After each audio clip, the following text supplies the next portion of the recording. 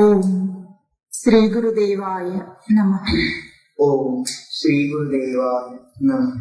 భజ గోవిందం భజ గోవిందం భజ గోవిందం భజ గోవిందం గోవిందం భజ మూఢమతే గోవిందం భజ మూఢమతే సంప్రాప్తే సన్నిహితే కాలే సంప్రాప్తే సన్నిహితే కాలే నహి నహి రక్షతి దుఃఖీకరణే నహి రక్షతి దుఃఖీకరణే కాంతే కాంత ధనగత చింత కాంతే కాంత ధనగత చింత వాతుల కిం తవ నాస్తి నియంత వాతుల కిం తవ నాస్తి నియంత త్రిజగతి సజ్జన సంగతి రేఖా త్రిజగతి సజ్జన సంగతి రేఖ భవతి భవార్ణవతరణే నౌకా.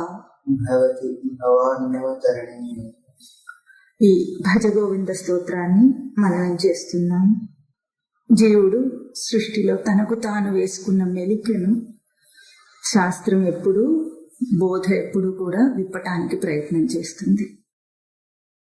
దేని వలన తాను మోసపోతున్నాడు, అదే తాను మోసపోవటం అంటే భ్రాంతికి గురవుతున్నాడు, అదే తనకు భ్రాంతి నుండి బయటపడటానికి కూడా కారణం. ఎందుకంటే సృష్టి యొక్క రచన జీవుల భ్రాంతికి కారణం అయ్యే విధంగా లేదు. సృష్టి యొక్క రచన భ్రాంతిని తొలగించుకునే విధంగానే ఉంది. అయితే అవకాశాన్ని ఎట్లా గ్రహింపులోకి తీసుకుంటున్నాడో అన్నది జీవుడి మీదనే ఆధారపడింది సృష్టి ఇచ్చే అవకాశాన్ని. కనుక ఎట్లా తన గ్రహింపు ఉంటుందో అట్లా తన అవకాశాన్ని గ్రహిస్తాడు జీవుడు. నిజానికి ఏ మెలిక తాను వేసుకున్నానని అనుకుంటున్నాడో, ఏ భ్రాంతికి తాను గురైనానని అనుకుంటున్నాడో సృష్టిలో అటువంటి అంశము లేదు. లేనప్పుడు జీవుడు ఎందుకు ఇంత భ్రాంతికి గురవుతున్నాడు? కనిపించేదంతా కూడా సత్యం అన్నట్లుగా ఎందుకు బ్రతుకుతున్నాడు? అది సత్యమని బ్రతికితే బ్రతికాడు గాని నిజమైన సత్యాన్ని గుర్తించలేని స్థితిలో ఎందుకున్నాడు? ఈ అయోమయ స్థితికి కారణం ఏమిటి అన్నది శాస్త్రం యొక్క ప్రమాణం చేత జీవుడు సాధనలో తనకు తాను విచారణ చేసి గుర్తించవలసిన అంశం. శాస్త్రం అంతా దీనికే దోహదపడుతోంది. ఏమిటి తనను బంధిస్తున్నది అని జీవుడు ఎప్పుడు ఒక సాధకుడు, ఒక ఉత్తమ సాధకుడు ఎప్పుడూ తనకు ప్రశ్నను నిరంతరంగా నిలుపుకోవాలని ఒక సూచన చేసుకుంటున్నాం. ఏమిటి తనను బంధిస్తున్నది అంటే ఒకటే కారణం, లేని దాన్ని ఉన్నదనుకోవటం, ఉన్నదాన్ని గుర్తించలేకపోవటం. కానీ గుర్తించలేకపోయే అంశం సృష్టిలో లేకపోవటం. ఇదే మనకు తెరవబడిన రహస్యం, ఓపెన్ సీక్రెట్. సృష్టిలో అది లేకపోయినప్పటికీ నా మెలికకు కారణమవుతుంది అని కేవలం బోధ ద్వారా ఎప్పుడు ఒక సాధకుడు తెలుసుకుంటాడో, ఆ బోధ ద్వారా తెలుసుకున్న సత్యాన్ని తాను విచారణలో గుర్తించాలి. అంతకంటే ఈ భ్రాంతి తొలగటానికి వేరొక ఉపాయం లేదు. ఆ భ్రాంతికి పరాకాష్ఠయే మూఢమతే అన్న పదం చేత ఇక్కడ జీవులు చేస్తున్న అవాంతర ప్రక్రియను ఎత్తి చూపించారు శంకరులని మనం మననం చేస్తూ వస్తున్నాం. ఏమిటి అదంటే కూర్చుకుంటున్నాడట. దేన్ని కూర్చుకుంటున్నాడు? జీవితం అంతా కూడా తన ప్రతి ప్రయోగము, ప్రతి కృషి అన్నీ కూడా తాను పొందలేని వాటి కోసము, తాను తన దాకా తీసుకోలేని వాటి కోసము, దేహం విడిచిన తర్వాత తీసుకువెళ్ళలేని వాటి కోసము ప్రయత్నం చేస్తున్నాడని ఇక్కడ మనం మననం చేస్తూ వస్తున్నాం. ఇంతటి అవాంతరపు ప్రవర్తన నుండి తనను తాను తప్పించుకుని తాను చేసే ప్రతి ప్రక్రియ కూడా తనకు ఉపయోగపడేటట్లుగా, అంటే తన గుర్తింపుకు ఈ సత్యాన్ని గ్రహించేటట్లుగా చేసేదిగా ఉండాలి సాధకుడి ప్రక్రియ. ముందు ఆ దిశగా తాను అడుగు వేయాలి. ఏం చేస్తున్నావు, ఎక్కడ శ్రవణం చేస్తున్నావు, ఏ బోధన వింటున్నావు, ఎట్లా శ్రవణం చేస్తున్నావు అవన్నీ కాదు. ముందు తనకేం కావాలి అన్న ప్రశ్న చాలా ముఖ్యమైనది. తన స్థితిని అంచనా వేయటం, ఆ అంచనా వేసిన స్థితిని సవరించుకోవటము, సవరించుకొని ఎదగటం. తన స్థితినే తాను గుర్తించలేని వాడు ఆ స్థితిని సవరించుకోలేడు. ఆ సవరణ చేసుకోలేని వాడు స్థితి నుండి ఎదగనుండేడు.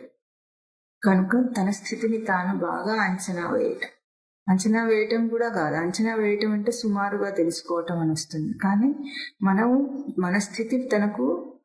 తన స్థితి తనకు ప్రత్యక్ష ప్రమాణమైంది, తెలుస్తూ ఉంటుంది లోపల.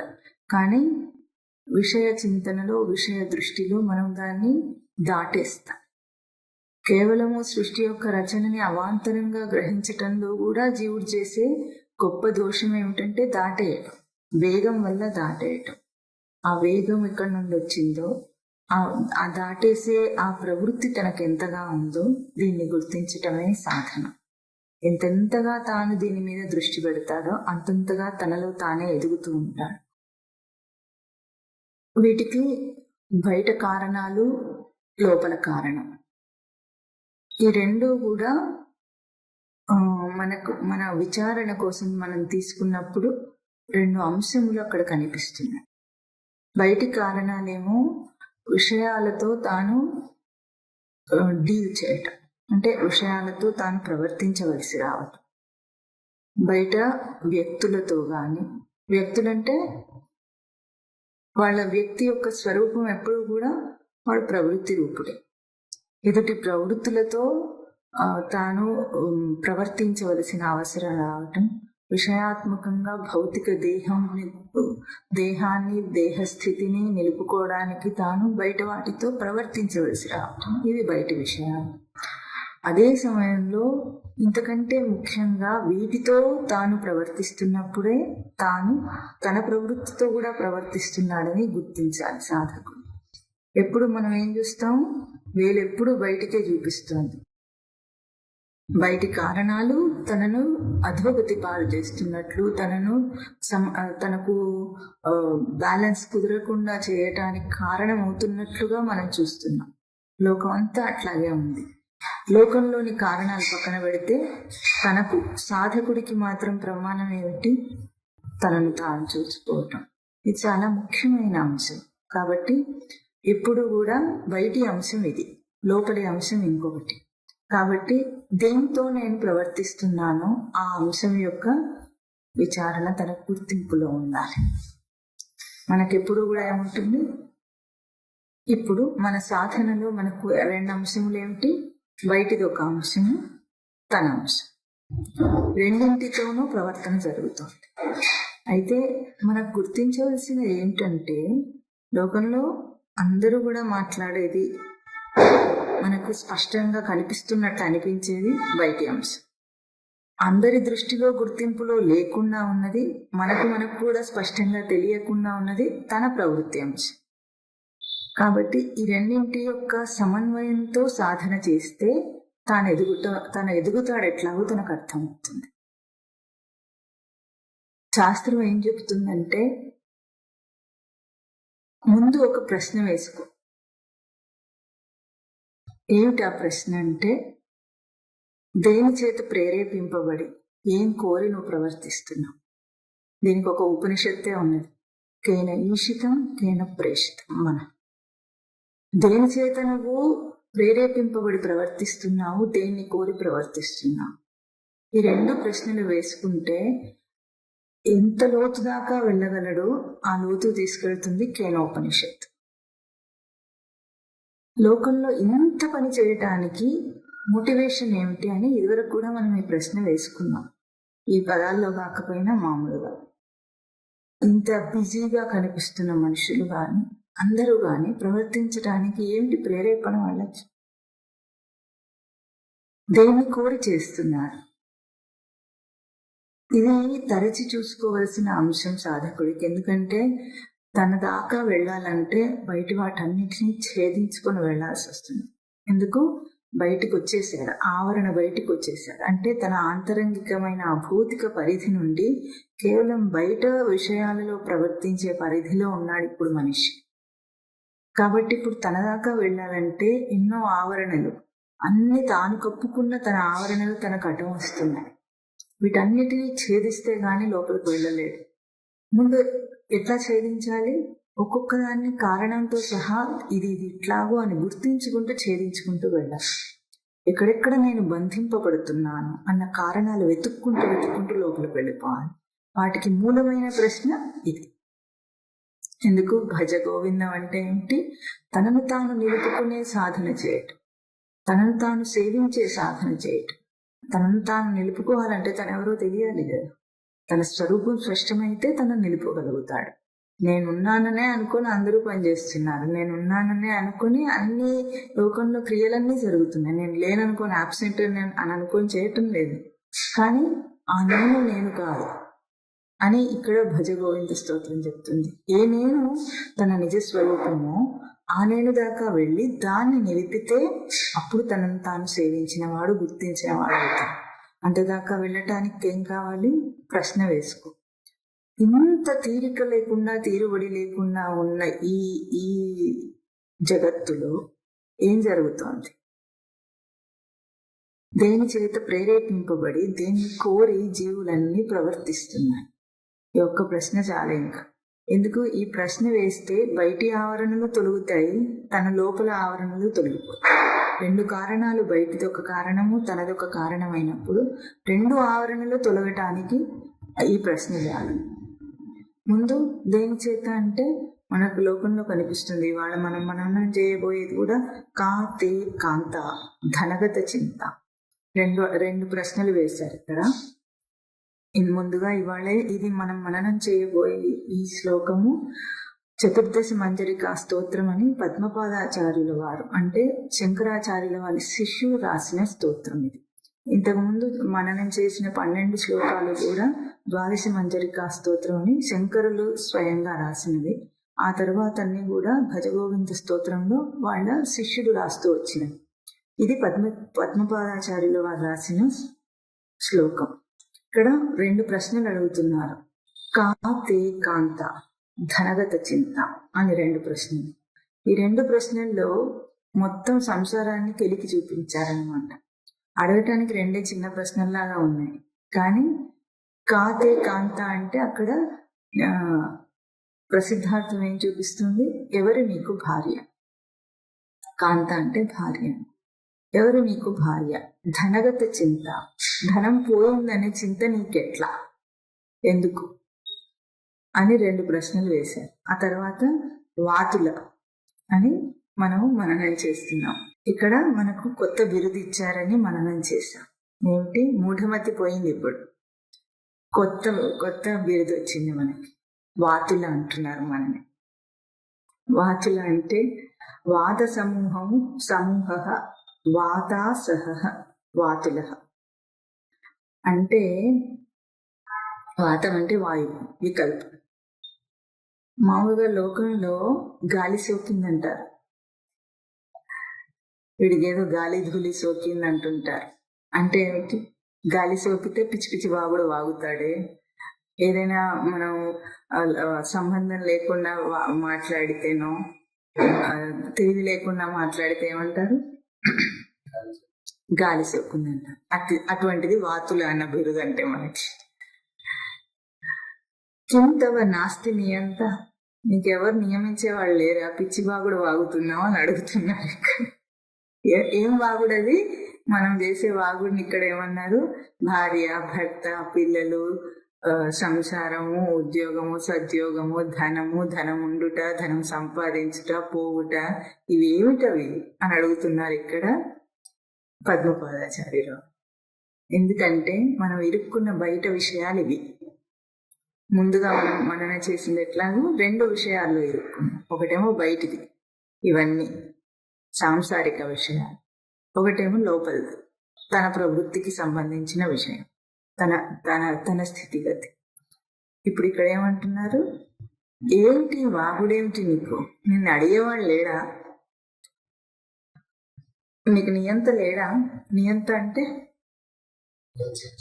నియంత్రించేవాడు నియంత. అడిగేవాడు లేడా? నిన్ను ఆపేవాడు లేడా? ఏం వాగుడు, ఏం తిరుగుడు, ఇదని అడుగుతున్నారు ఇక్కడ. ఎందుకు? పుట్టిన దగ్గర నుండి చచ్చేదాకా కల్పించుకోవటమే పనిలాగా కష్టపడటానికి కాంట్రాక్ట్ తీసుకున్నట్లుగా మనం కష్టపడుతున్నాం. ఎందుకు కష్టపడుతున్నాం? విషయాలు వస్తున్నాయా కల్పించుకుంటున్నానా కూడా తెలియదు. నేనే కావాలని వెళ్ళి దూరి అందులో ప్రవర్తిస్తున్నానా, అవే వచ్చి నిన్ను అటాక్ చేస్తున్నాయా, ఇది కూడా తెలియదు మనకి. మన సాధారణ అనుభవం ఎట్లా ఉంటుంది అందరిది? అవే వస్తున్నాయి.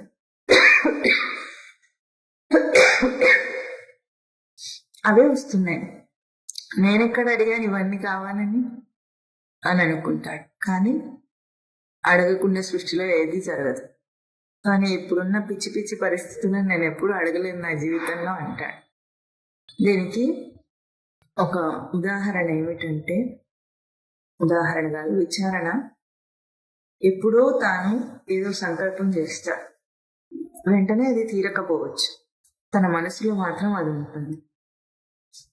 ఉదాహరణకి ఎప్పుడో ఒకప్పుడు ఏదో షాప్లో ఏదో ఒక వస్తువు కొని చూస్తాడు, దాని మీద మనసు పారేసుకుంటాడు. మన మనసు ఎందుకుంది? పారేసుకోవడానికి. ఎక్కడ పడితే అక్కడ పారేసి వస్తాం దాన్ని. అది చూసి వస్తాడు. కానీ అప్పుడు కొనటానికి వీలుగా లేదు, ఏదో లేదనుకుందాం, డబ్బు లేదు, అక్కడికి వెళ్ళటానికి లేదు, ఏదో అవకాశం లేదు. కానీ అది అట్లా మనసులో నానుతూ ఉంటుంది. తర్వాత ఎప్పుడో ఒక చిన్న అవకాశం రాగానే ఆ వస్తువుతో తనకు మళ్ళీ ఆ అవకాశం రాగానే కొనటానికి ఏం చేస్తాడు? టక్కున కొనేస్తాడు. ఇప్పుడు ఆ రోజు ఉన్నంత కోరిక లేకపోవచ్చు దాని మీద, కానీ ఆ రోజు కోరి ఆ కోరికను లోపల పెట్టుకున్నాడు కనుక ఇప్పుడు ఏం చేస్తాడు? అవకాశం రాగానే టక్కున అది కొనేసుకుంటాడు. ఇప్పుడు అది దాని మీద నేను అంత కోరిక లేకపోయినా నా లోపల ఉన్న ప్రేరేపణ అట్లా చేసింది అని అనుకోడు. ఏదో అనిపించింది కొనేసుకున్నాను అని అంటాడు. కానీ ఏదోగా ఏది జరగదు సృష్టిలో. ఏదైనా తన పూర్వ సంకల్పం చేతనే జరుగుతుంది. నీకున్న చక్కని అమరిక జీవితమైనా సరే, లేదా నీకున్న అస్తవ్యస్తమైన జీవితమైనా సరే, అంటే ఒడిదొడుకులతో ఉన్న అస్తవ్యస్త జీవితమైనా సరే, చక్కగా వడ్డించిన విస్తరిలాగా ఉన్న అమరిన జీవితమైనా సరే, అది నీ సంకల్పం వల్లనే నీకు వచ్చింది. కాబట్టి ఏదోలాగా విషయాలు వచ్చి నన్ను అటాక్ చేస్తున్నాను అనుకోవడం భ్రాంతి. అవి రావు, నిన్నేమనవు. ఎందుకంటే అవి అనేవి ఏవీ లేవు. జీవుడు మనిషి కావాలని పోతే గాని తనకేది తటస్థించదు. కావాలని పోతున్నాడని గుర్తించాలి ముందు.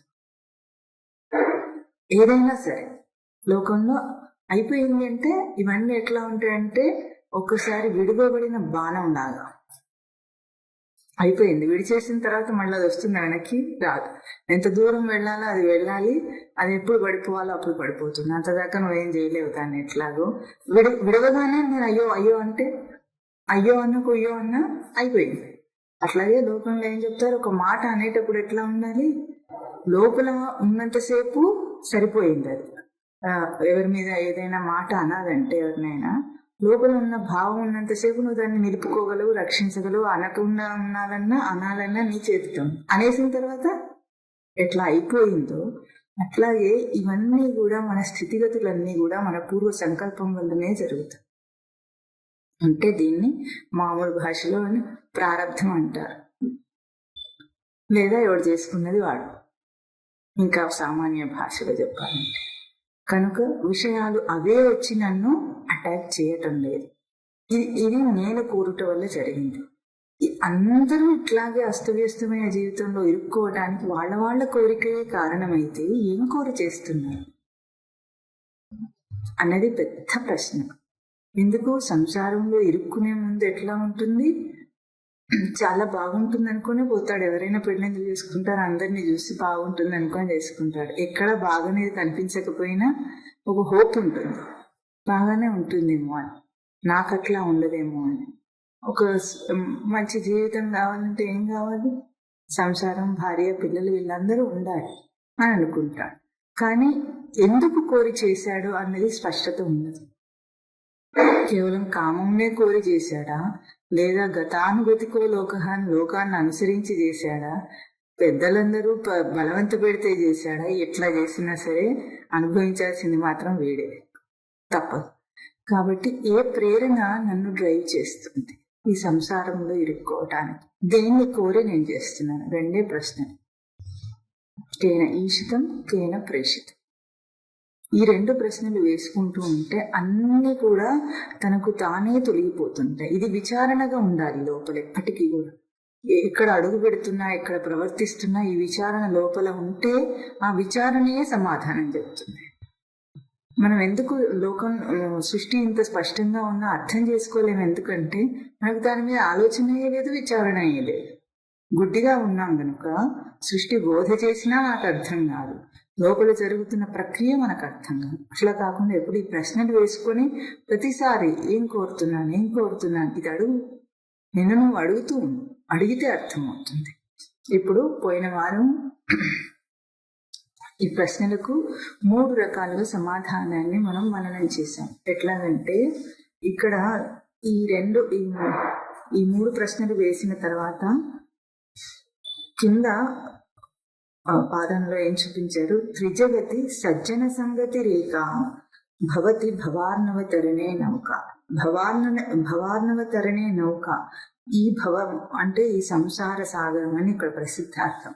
దీన్ని దాటటానికి నావ ఏమిటంటే ఈ ముల్లోకముల్లో కూడా సజ్జన సాంగత్యం ఒక్కటే నువ్వు దాటడానికి నావ.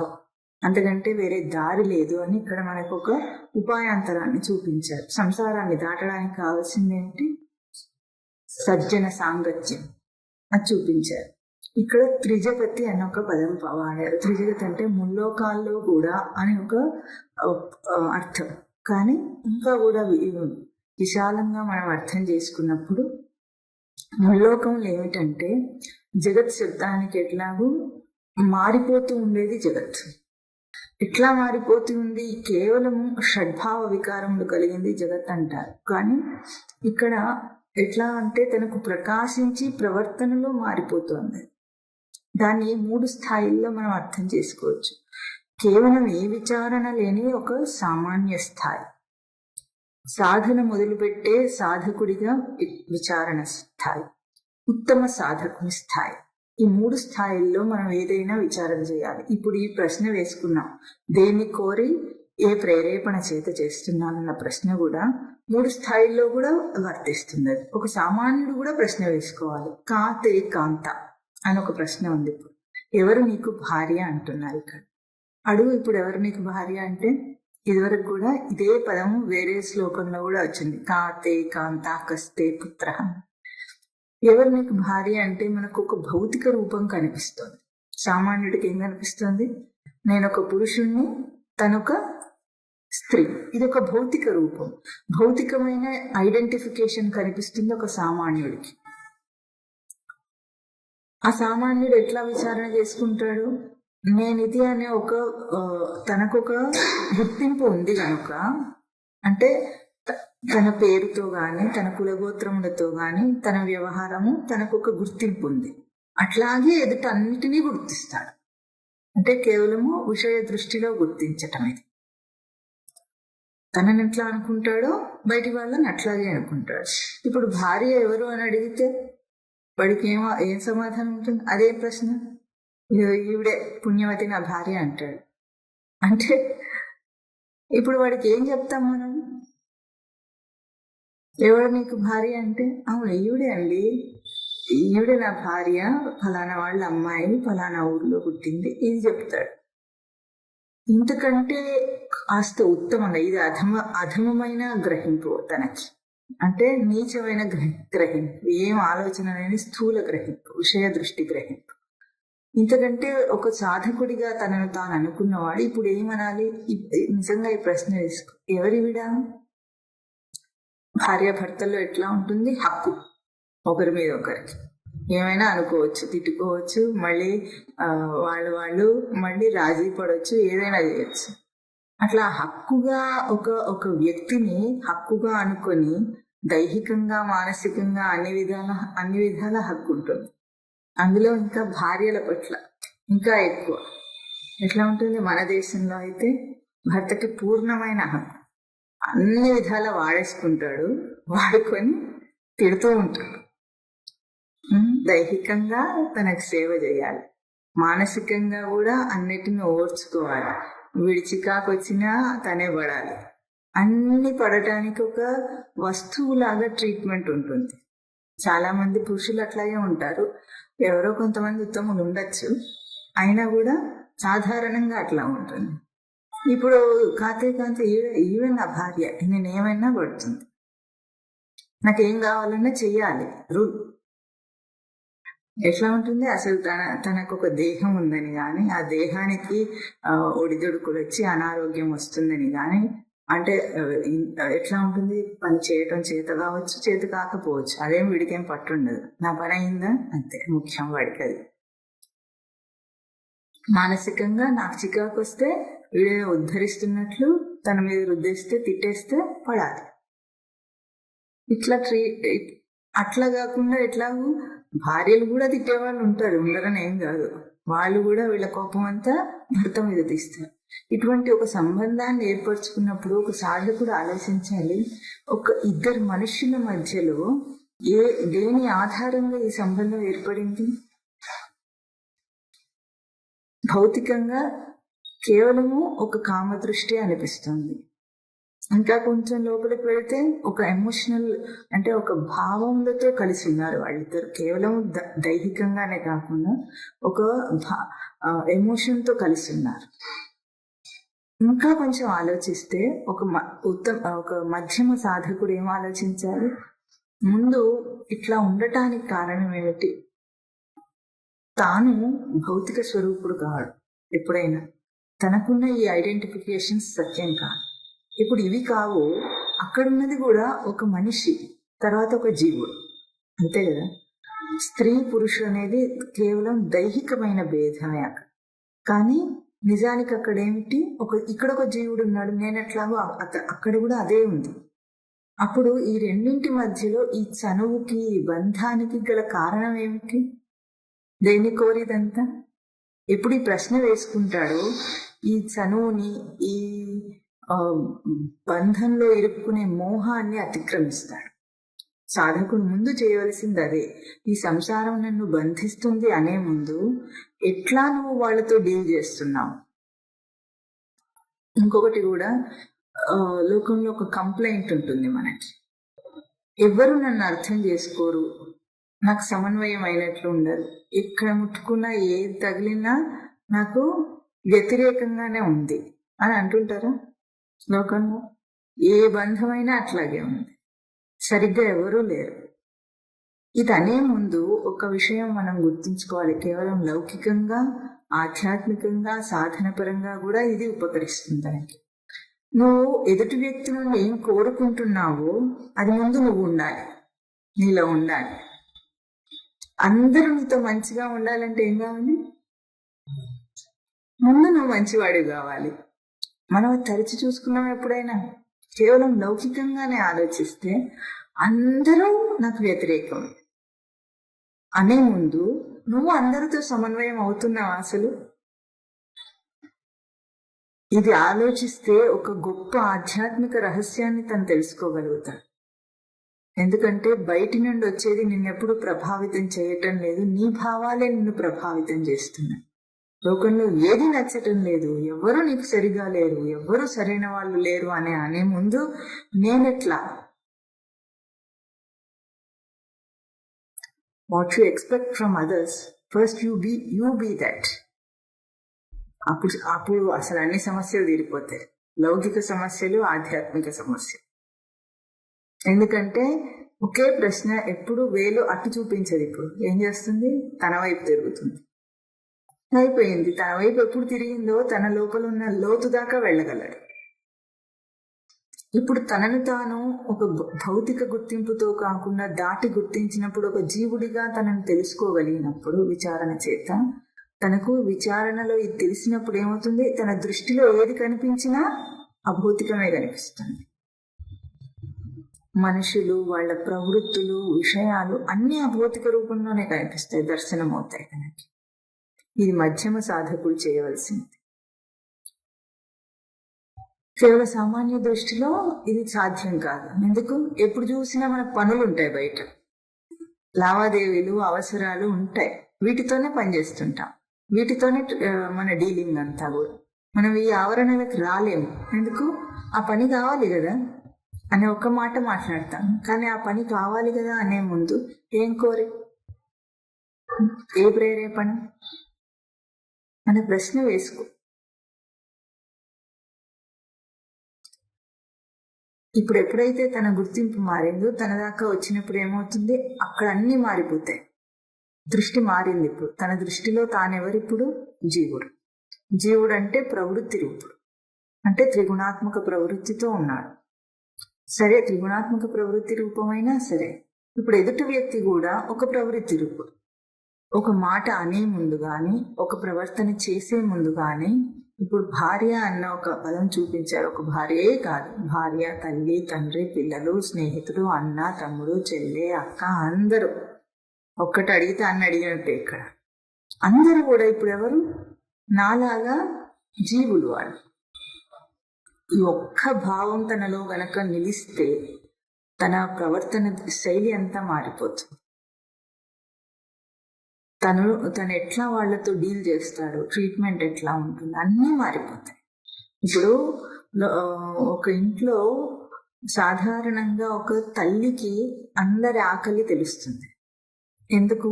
అన్నం పెట్టాల్సిన ఆ పొజిషన్లో తనుంది కనుక ఎట్లా ఉంటుంది, ఎవరు ఎంత తింటారో తెలుస్తుంది, ఎట్లా తింటారో తెలుస్తుంది, వాడి అభిరుచి తెలుస్తుంది, అన్నీ తెలుస్తాయి. వాడి దైహిక అవసరం ఎంత తినాలి వాడు, ఇవన్నీ తెలుస్తాయి. అంటే ఏ వయసు పిల్లాడు ఉంటే అంత తింటాడు కదా. ఇప్పుడు 5 ఏళ్ల వాడికి 10 ఏళ్ల వాడికి పెట్టినంత అన్నం పెడితే వాడు తినడు. 1 సంవత్సరం ఉన్న వాడికి పెట్టినంత పెడితే వీడికి సరిపోదు.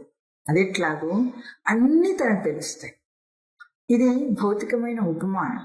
ఎందుకు తెలుస్తాయి? తల్లి ఎప్పుడు ఏం చూస్తుంది, వాడు దీన్ని తిన్న దాన్ని ఎట్లా జీర్ణించుకొని ఎదుగుతాడన్న చూస్తుంది. అంటే వాడు దైహికంగానే అయినా అది చూస్తుంది కాబట్టి అర్థం చేసుకుని ప్రవర్తించగలుగుతుంది. ఇది ఒక ఉపమానం మనకి. అట్లాగే ఒక మనిషి ఎట్లా ఉండాలి, ప్రతి వ్యక్తికి ఏం కావాలి, వాడు ఏం కోరుతున్నాడు, వాడి స్థితి ఏమిటి. ఇప్పుడు అమ్మ నేను వండి అందరూ ఒక 10 కంచాలు ఇంట్లో ఉన్న 10 మందికి నేను పెట్టేదంతా పెడతాను, అన్ని కంచాలు సమానంగా. నువ్వు తినిచావంటే ఒకడికి ఎక్కువ అవుతుంది, ఒకడికి తక్కువ అవుతుంది. అది పద్ధతి కాదు. ఎట్లాగూ అవునా? పద్ధతి అవుతుందా? కాదు. ఎవరికి ఎంత కావాలో అంత వడ్డన చేస్తుంది, ఎవరికి ఎట్లా కావాలో అట్లా వండుతుంది. ఎట్లాగూ ఎవరితో ఎట్లా ప్రవర్తించాలో అట్లా ప్రవర్తించాలన్నప్పుడు ముందుగా ఏం గుర్తించాలి, తనకెట్లా మార్పులు చేర్పులు ఒక మనస్సు అనే అంశంతో ఉన్నాయో, తన గ్రహింపులో మార్పులు చేర్పులు ఉన్నాయో అక్కడ కూడా అవన్నీ ఉన్నాయి.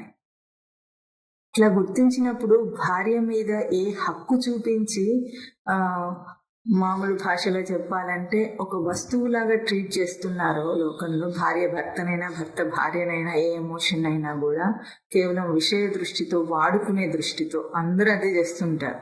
ఒకరితో ఒకరికి అవసరాలు ఉన్నాయి కాబట్టి ఈ నాటకాలన్నీ, ప్రేమ గీమ దోమ అన్నీ కూడా. ఆ అవసరాలు లేకపోతే ఏం లేవు. ఇప్పుడు ఆ అవసరాలన్నీ విషయంతో పోల్చున్నాయి. ఎప్పుడైతే అది కాదు సత్యం, నేను ఎట్లా జీవుణ్ణి దేని చేత ప్రేరేపింపబడి ఏది కోరి నేను ప్రవర్తిస్తున్నానో వాడు కూడా అదే కోరి ప్రవర్తిస్తున్నాడు అన్నప్పుడు ఇంకా ఉత్తమ సాధనకు వచ్చేటప్పటికి ఎట్లా ఉంటుంది, తన స్థితి ఏమిటి, ఇప్పుడు దేన్ని కోరి ప్రవర్తిస్తున్నానంటే ఒకటే తాను కోరేది సృష్టిలో. ఇక్కడ తర్వాత పాదం ఏం చూపించింది, తే ధనగత చింత కా. ఎందుకు నీకు ధనగత చింత, ధనం పోతుందన్న చింత అన్న దాంట్లో అన్నిటినీ కలిపినట్టే. ధనం అంటే కేవలం డబ్బు కాదు, అక్కడ మెటీరియలిస్టిక్ గా తాను సంపాదించేదంతా ధనం. మెటీరియలిస్టిక్ చదువైనా సరే, ధనమైనా సరే, కీర్తి ప్రతిష్టలు అన్నీ అక్కడ అవే. ఇవన్నీ ఉంటాయి పోతాయి అన్న ఆ చింత నీకెందుకు అని అడుగుతున్నా. కేవలం లౌకికంగా ఆలోచించినప్పుడు వీటిని కోరే చేస్తున్నాడు మనిషి, అంతే కదా. దేని చేత ప్రేరేపింపబడుతున్నాడంటే ధనం కోరి, స్టేటస్ కోరి, కీర్తి ప్రతిష్టలను కోరి, ఇంకా భోగాలను కోరి, వీటిని కోరి చేస్తున్నాడు. అందుకే ఇక్కడ ఆ ప్రశ్న కూడా వేశారు. ఎప్పుడైతే అది సత్యం కాదు అన్న ఆవరణ నుండి బయటికి వస్తాడు, ఎందుకంటే ధనం అనేది కానీ కీర్తి ప్రతిష్టలు అనేవి కానీ ఈ సృష్టిలోని రచనలో లేవు, కేవలం ఊహా కల్పితాలు. ధనం ఎక్కడుంది? డబ్బంటే వ్యవహారం చేయడానికి ఒక కనిపెట్టుకున్నది, అంతే కదా. నేను నీకు డబ్బు ఇస్తే నువ్వు నాకు ఒకటి ఇస్తావు అంటే ఒకరి అవసరాలు ఒకరు తీర్చుకోవడానికి మధ్యలో ట్రాన్సాక్షన్కి ఇదంతా, అంతేనా? అంతకంటే దాని విలువ ఏమిటి? అసలు అది ఎక్కడుంది? 10 రూపాయలు అంటే దాని విలువ ఎంత? 10 రూపాయలు. రూపాయి విలువ పడటము పెరగటం తగ్గటం లోపల మాట్లాడుతుంటారు కదా లోకల్లో. అంటే దేంతో పోల్చి పెరగటం? ఇవన్నీ కేవలము విషయ దృష్టిలోనే గాని దాని విలువ ఏమిటి? అసలు మార్కెట్లో దాని విలువ అని మాట్లాడతారు. ఏదైనా సరే ఆ విలువ తనిచ్చిన విలువ అని గుర్తించాలి ముందు, అంతే కదా. ఆ విలువ తనివ్వకపోతే అది రూపాయి అయినా, 1,00,000 అయినా, 1,00,00,000 అయినా అదేమిటి? చిత్తు కాగితం. ఒక చిన్న పసిపిల్లవాడు ఉన్నాడు అనుకోండి, 1 రూపాయి నోట్ ఇచ్చినా, 100 రూపాయల నోట్ ఇచ్చినా, 1000 రూపాయల నోట్ ఇచ్చినా దాన్ని ఏం చేస్తాడు? ఆడుకుంటాడు. మరి పసిపిల్లవాడు ఏం చేస్తాడు? ఆడుకొని చింపేస్తాడు, అంతే. దాని విలువ ఏం లేదు వాడికి. ఎందుకు లేదు? దాని ఉపయోగం వాడికి తెలియదు. లోకంలో దాన్ని ఎట్లా వాడతారో వాడికి తెలియదు. ఇవన్నీ తెలియవు కనుక అదొక కాగితం ముక్క, ప్లెయిన్ పేపర్ ఇచ్చినా చింపేస్తాడు. అదే కాస్త మనం నేర్పించేస్తే దాచేసుకునే బుద్ధి కూడా వస్తుంది వాడికి. ఆ బుద్ధి వాడికి ముందు లేదు, ఆ గుర్తింపు వాడికి లేదు. మనం ఇచ్చామని ఆ కుళ్ళు తెలివితేటలని మనం నేర్పిస్తే గానీ రావు. ఇప్పుడు ఆ ధనం విలువ ఎంత? వ్యవహారం చేయడానికి ధనం పెట్టుకున్నాం, ఓకే, సరిపోయింది. కానీ దాన్ని తన జీవితంలో దానికి ఎంత విలువనివ్వాలి? కేవలము ఈ అధమ స్థాయి గుర్తింపులోనే వీటన్నిటికీ విలువ. ఎప్పుడైతే సాధక స్థాయికి వచ్చాడో అప్పుడు ఇవన్నీ పోతాయి. ఎందుకు? ఏ కీర్తి ప్రతిష్టలు ఏవైనా సరే ఇప్పుడు పోలిక బయట విషయాలతో ఉండదు, తన స్థితితో ఉంటుంది, తన జీవుడిగా తన గుర్తింపుతో ఉంటుంది. బయట విషయాలతో పోల్చుకుంటే వచ్చిన విలువ దేనికైనా సరే తనతో పోల్చుకున్నప్పుడు రాదు అనే సత్యాన్ని బాగా గుర్తించి ఎప్పుడు సాధకుడు సాధన చేస్తాడో ఏది తనకు అడ్డు రాదు. తనకు అడ్డు వచ్చేది ఎందుకు? అన్నీ నాకు అబ్స్ట్రక్షన్స్. నేను ఏదైనా మంచి పని చేద్దాం, సాధన చేద్దాం అనుకున్నా కూడా అన్నీ అడ్డంకులే అనేది ఎందుకు వస్తుంది? నువ్వు బయట దాంతో పోల్చుకుంటున్నావు అని గుర్తించు. ఎప్పుడైతే ఈ పరిధి తాను దాటుతాడో, తన గుర్తింపు దీని నుండి దాటి ఎదుగుతుందో అప్పుడు ఇవేవి అడ్డురావు. ఎందుకంటే ఈ ప్రేరణ, కోరిక ఈ రెండు కూడా తనకు తన లోపల నుండే కలుగుతుంది. బయట దాన్ని కోరుతున్నాడు అనుకున్నాం. ఇక్కడ మన మఠంలో చాలా సార్లు స్వామివారు మనకు ఒక ఉపమానం చూపిస్తారు. ఏదైనా కోరి నువ్వు వెళుతున్నావంటే సుఖం కోరి వెళుతుంది. ధనం దేనికోసం? సుఖం కోసం. సుఖం వచ్చిందా రాలేదా చూసుకున్నావు ఎప్పుడైనా? ఎట్లా ఉంటుంది? ధనాన్ని కోరి వెళ్తాడు, ఆ పని అయితే చేస్తాడు, ఏది కోరుకున్నాడో, ఏదో తినాలనుకుంటాడు, కొనుక్కోవాలనుకుంటాడు, చేస్తాడు. సుఖం వచ్చిందా రాదా చూడడు. చూడకుండా అక్కడ ఆ ప్రయోగం అయిపోయింది, వెనక్కి వచ్చేస్తాడు. మరి ఏం కోరావు దాని వెనుక? మరి చూసుకోకుండా ఎట్లా? కీర్తి ప్రతిష్టలు కోరాడు, దానివల్ల దానికి గొప్పతనం వస్తుంది అనుకున్నాడు. ఒక ప్రయత్నం చేశాడు, ఒక మంచి డిగ్రీ సంపాదిస్తే అందరూ పొగుడతారు కదా, ఒక పెద్ద ఉద్యోగం ఉంటే అందరూ పొగుడతారు, కీర్తి, ఇదే కీర్తి అనుకున్నా. లేదా లోకంలో ఏదైనా గొప్ప పని చేస్తే కీర్తి వస్తుంది. ఆ గొప్పతనం తనకు వచ్చిందా లేదా చూసుకుంటాడా? చూసుకోడు. అది కూడా వదిలేసి అట్లాగే వెనక్కి వచ్చేస్తాడు. వచ్చిందనే అనుకుని భ్రాంతిలో వస్తాడు, కానీ అది నిలవటం లేదు. తనకి ఏం కోరి చేస్తున్నాడో అవేవి తన దాకా రావటం లేనప్పుడు అది కోరటం లేదని తెలుసుకోవాలి ముందు. లోకంలో నువ్వు చేసే ప్రయోగాలు అబద్ధం. నువ్వు కోరిన దాన్ని ఇవ్వలేవు. ఇప్పుడు తన గుర్తింపు ఎప్పుడైతే ఎదిగిందో, జీవుడిగా గుర్తించాడో, ఇప్పుడు గుర్తు పెట్టుకోండి, త్రిగుణాత్మక ప్రవృత్తి ఉన్న జీవుడు ఎందుకు చేస్తాడంటే వాడి ప్రవృత్తిని తృప్తిపరచటానికి, టు సాటిస్ఫై హిస్ యాటిట్యూడ్. ఎందుకు చేస్తాడు మనిషి? తనకున్న త్రిగుణాలను ఎట్లా తృప్తిపరచాలో అట్లా ప్రవర్తిస్తుంటాడు. ఇదే మనిషి తీరు తెన్ను అంటాం. ఎందుకు అట్లా ఉంటుందంటే, ఒక సాత్వికుడు ఎట్లా ఉంటాడు? ఎవరిని బాధ పెట్టాలని అనుకోడు. ఒక రజోగుణం ఉన్నవాడు ఎట్లా ఉంటాడంటే ఎప్పుడూ ఒక ఒక పొడిచే మాట అని ఎదుటివాడిని హర్ట్ చేయాలని చూస్తుంటాడు వాడు. అవసరం ఉన్నా సరే లేకపోయినా సరే అట్లాంటి మాట అంటే వాడికి ఆనందం. ఎందుకు? అక్కడ వాడు చేస్తున్నది విషయాత్మక ప్రయోగం మాట అనటం కాదు. ఏం చేస్తున్నాడు? తన రజోగుణాన్ని సాటిస్ఫై చేసుకుంటున్నాడు.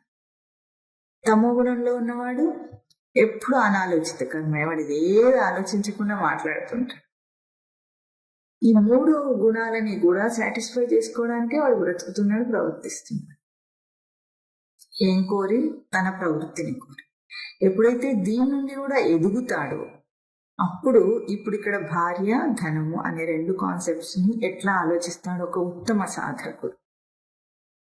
సృష్టిలో ప్రతి ప్రాణి కూడా దేన్ని కోరొచ్చాడు అన్నది పెద్ద ప్రశ్న తనకి. దేన్ని కోరొచ్చాడంటే దేన్ని కోరి రాలేదు, తనను కోరొచ్చాడు. ఒక పసిపిల్లవాడు తల్లి గర్భంలో ఉన్నప్పుడు కానీ వెంటనే కానీ లోకంలో ఏది కావాలని అడుగుతాడా? వాడి చింతలోనే ఉంటాడు. ఇంకా గర్భంలో ఉన్నప్పుడైతే పూర్తిగా ఈ జన్మను ఎత్తి జన్మ రాహిత్యం ఎట్లా పొందాలో అదే విచారణలో ఉంటాడు. పుట్టగానే దైహిక బాధలో ఉంటాడు కానీ బయటి నుండి ఏది కోరే ఆలోచన వాడికి ఉండదు. కేవలం మనం ఇవన్నీ కల్పించి రుద్దటం వల్లనే ఇటువంటివన్నీ వస్తాయి. ఇప్పుడు ఒక ఉత్తమ సాధకుడు తన గుర్తింపును ఎట్లా తీసుకోవాలి? ఎదగటానికి వచ్చాను, నన్ను కోరి ఎదగటానికి వచ్చాను. ఈ 84 లక్షల జీవరాశుల గర్భాలలో కూడా తన ప్రవర్తన, ఈ గర్భాలు అంటేనే ఏమిటంటే అర్థం తన ప్రవృత్తిని ఎక్కడెక్కడ ఏ విధంగా తాను తృప్తిపరుచుకోగలడో ఆ యోనిలో కలుగుతాడు. ఇప్పుడు పులి ఉందనుకోండి, పులికి స్వభావ గుణ లక్షణం ఏమిటి? క్రూరత్వం. తనకు క్రూరత్వం అనే ఒక ప్రవృత్తి ఉంటే అటువంటి యోనిలో కలుగుతాడు. ఆ యోనిలోకి వెళ్ళి ఎట్లా ఉంటాడో దాన్ని సాటిస్ఫై చేసుకునే ప్రయత్నం చేస్తాడు. కానీ అది తన నిజస్వరూపం కాదు కనుక జీవుడు అందులోంచి బయటికి వచ్చేస్తాడు. ఒక కోతి ఉంది, కోతికి స్వభావ లక్షణం చపలత్వం. చపలత్వ గుణాన్ని సాటిస్ఫై చేసుకోవడానికి ఆ జీవుడు కోతి జన్మనిస్తాడు. అప్పుడు అక్కడ ప్రవర్తిస్తాడు. కానీ జీవుడికి నిజమైన కోరిక అది కాదు కనుక, తనను కోరటం కనుక ఆ చపలత్వం తనకు ఆపాదన, త్రిగుణాత్మక ప్రవృత్తి తనకు ఆపాదన కనుక దాని నుండి దాటి వెళ్ళిపోయే ప్రయత్నం చేస్తాడు. ఎన్ని జన్మలను ఎత్తినా ఇంతవరకు ఎక్కడా తన ప్రవృత్తిని తాను తృప్తి పరచలేకపోయాడు. దోమ ఏం చేస్తుంది? రక్తం పీల్చి తాగుతుంది. అది దానికి ఒక ప్రవృత్తి. ఇప్పుడు ఇట్లా ఎన్ని జన్మల్లో చేసిన ప్రయత్నమే మళ్ళీ మనిషి జన్మలో కూడా అటువంటి గుణాన్నే చూపిస్తూ సాటిస్ఫై చేయడానికి, తృప్తిపరచడానికి ప్రయత్నం చేస్తాడు. ఉత్తమ సాధకుడు ఏం చేస్తాడు? దీనికంటే విలక్షణంగా ఈ ప్రవృత్తిని దాటి ఎదిగే ఒక విచారణకి వస్తాడు. అప్పుడు ఎట్లా చూస్తాడు ఈ జీవుణ్ణి? ఎదురుగా ఉన్న భార్య, భర్త, తల్లి, తండ్రి, వీళ్ళందరిని ఎట్లా చూస్తాడు? నేను ఎట్లా ఎదగటానికి వచ్చానో వాడు కూడా ఎదగటానికి వచ్చాను. ముందు నేనెట్లా ఈ ప్రవృత్తిలో ఉండకుండా ప్రవృత్తి దాటటానికి ప్రవర్తించడానికి వచ్చాడు జీవుడు. అది తనకు ప్రేరణ. దేన్ని కోరొచ్చాడంటే ప్రవృత్తి స్వరూపుడు ప్రవృత్తి నుండి దాటడానికి వచ్చాడు. ప్రవృత్తి ఉన్న కారణం చేతనే ఈ జగత్తంతా తనకి ఇట్లా కనిపిస్తోంది. మార్పులు చెందుతున్న ఈ జగత్తు, తనను పీడిస్తున్న జగత్తు అంతా తనకెందుకు కనిపిస్తుంది? కేవలం తన ప్రవృత్తి కారణంగానే. ఇప్పుడు ఈ ప్రవృత్తిని తీసేసుకోవటానికి, ప్రవర్తించడానికి ఉన్న ప్రేరణయే జీవుడి జన్మ కారణం. అది తీసేసుకుంటేనే తన బ్రహ్మస్వరూపం తనకు అర్థమవుతుంది. ఇంతసేపు ప్రవృత్తి ఉంటుందో వాడు జీవుడుగానే ఉంటాడు.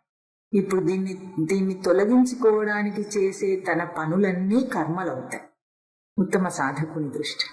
ఇప్పుడు ఈ సాధకుడికే గనక తాను ఎవరెవరితో ప్రవర్తిస్తున్నాడు, భార్య, భర్త, పిల్లలు, వీళ్ళందరూ ధనము, కీర్తి ప్రతిష్టలు, లోకంలో ఏవేవి ఉన్నాయో అవన్నీ ఎట్లా కనిపిస్తాయి? తనకు ఒక అవకాశం అక్కడ ప్రవర్తించడానికి. ఎందుకు? ఇక్కడ ప్రవర్తించి నా ప్రవృత్తిని ముందు నేను దర్శనం చేస్తే ఆ ప్రవృత్తిని సవరించుకుంటా, సవరణలో ఎదుగుతా. ఎదిగిన తన స్వరూపమే తన బ్రహ్మస్వరూపం. తన నిజ గోవింద దర్శనం. గోవిందుని భజించటం అంటే ఏమిటి? తన నిజ స్వరూపాన్ని దర్శనం చేయటం.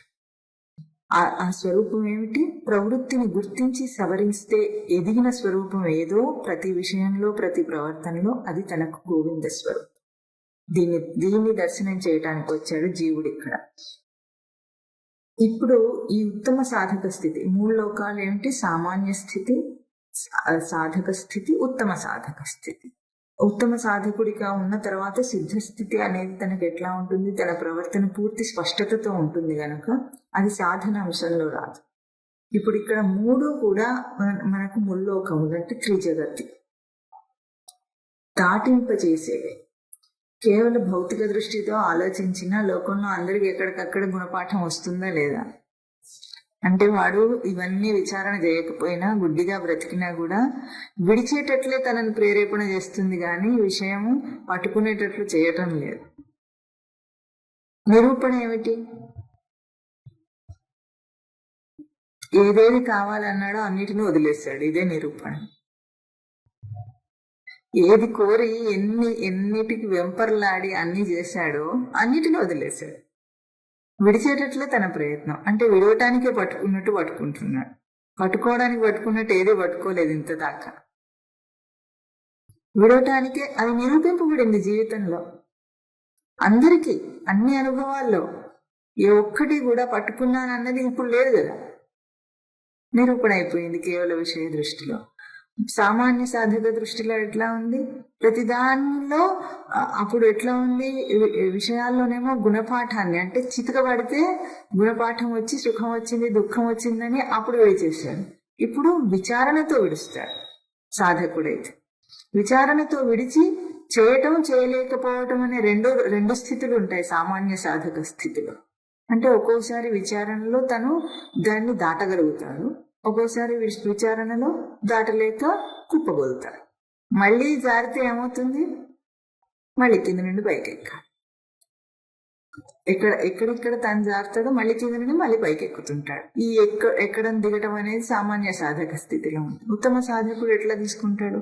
ఒక అవకాశం వచ్చిందంటే దాన్ని పూర్ణంగా విచారణ చేసి తను ఎదగాలని. ఇది జీవితంలో తన గ్రహింపులో తాను ఎదిగే స్థితిగతులు. ఇప్పుడు ఈ 3 కూడా 3 స్థాయిల వాడు కూడా ఈ 2 ప్రశ్నలు వేసుకుంటే స్థాయిలు మారిపోతూనే ఉంటాయి. నేను ఒక ప్రవృత్తితో డీల్ చేస్తున్నాను అని అనుకున్నప్పుడు ఎట్లాగైతే తాను కోరుకుంటాడో అది ఎదురుగా రావాలంటే తను అట్లా ఉండాలి. ఈ సూత్రము 3 కూడా వర్తిస్తుంది. లోకంలో అందరూ మంచివాళ్లే అని ఒకడు అంటాడు, అందరూ చెడ్డవాళ్లే అని ఒకడు అంటాడు. ఇప్పుడు అందరూ మంచి వాళ్ళు ఉన్నారా, చెడ్డవాళ్ళు ఉన్నారా? లోకంలో చెడ్డవాళ్ళు లేరు, మంచి వాళ్ళు లేరు. ఎక్కడున్నారు వాళ్ళు? మన అనుకోవడంలో ఉన్నారు.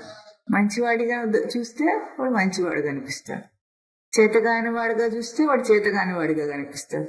లేదు వాడు చేయగలడని చూస్తే, ఇప్పుడు ఒక క్లాస్లో మాస్టర్ ఎట్లా పాఠం చెప్తాడు? అందరూ చదువుకోవాలని చెప్తాడా, చదువుకోకూడదని చెప్తాడా?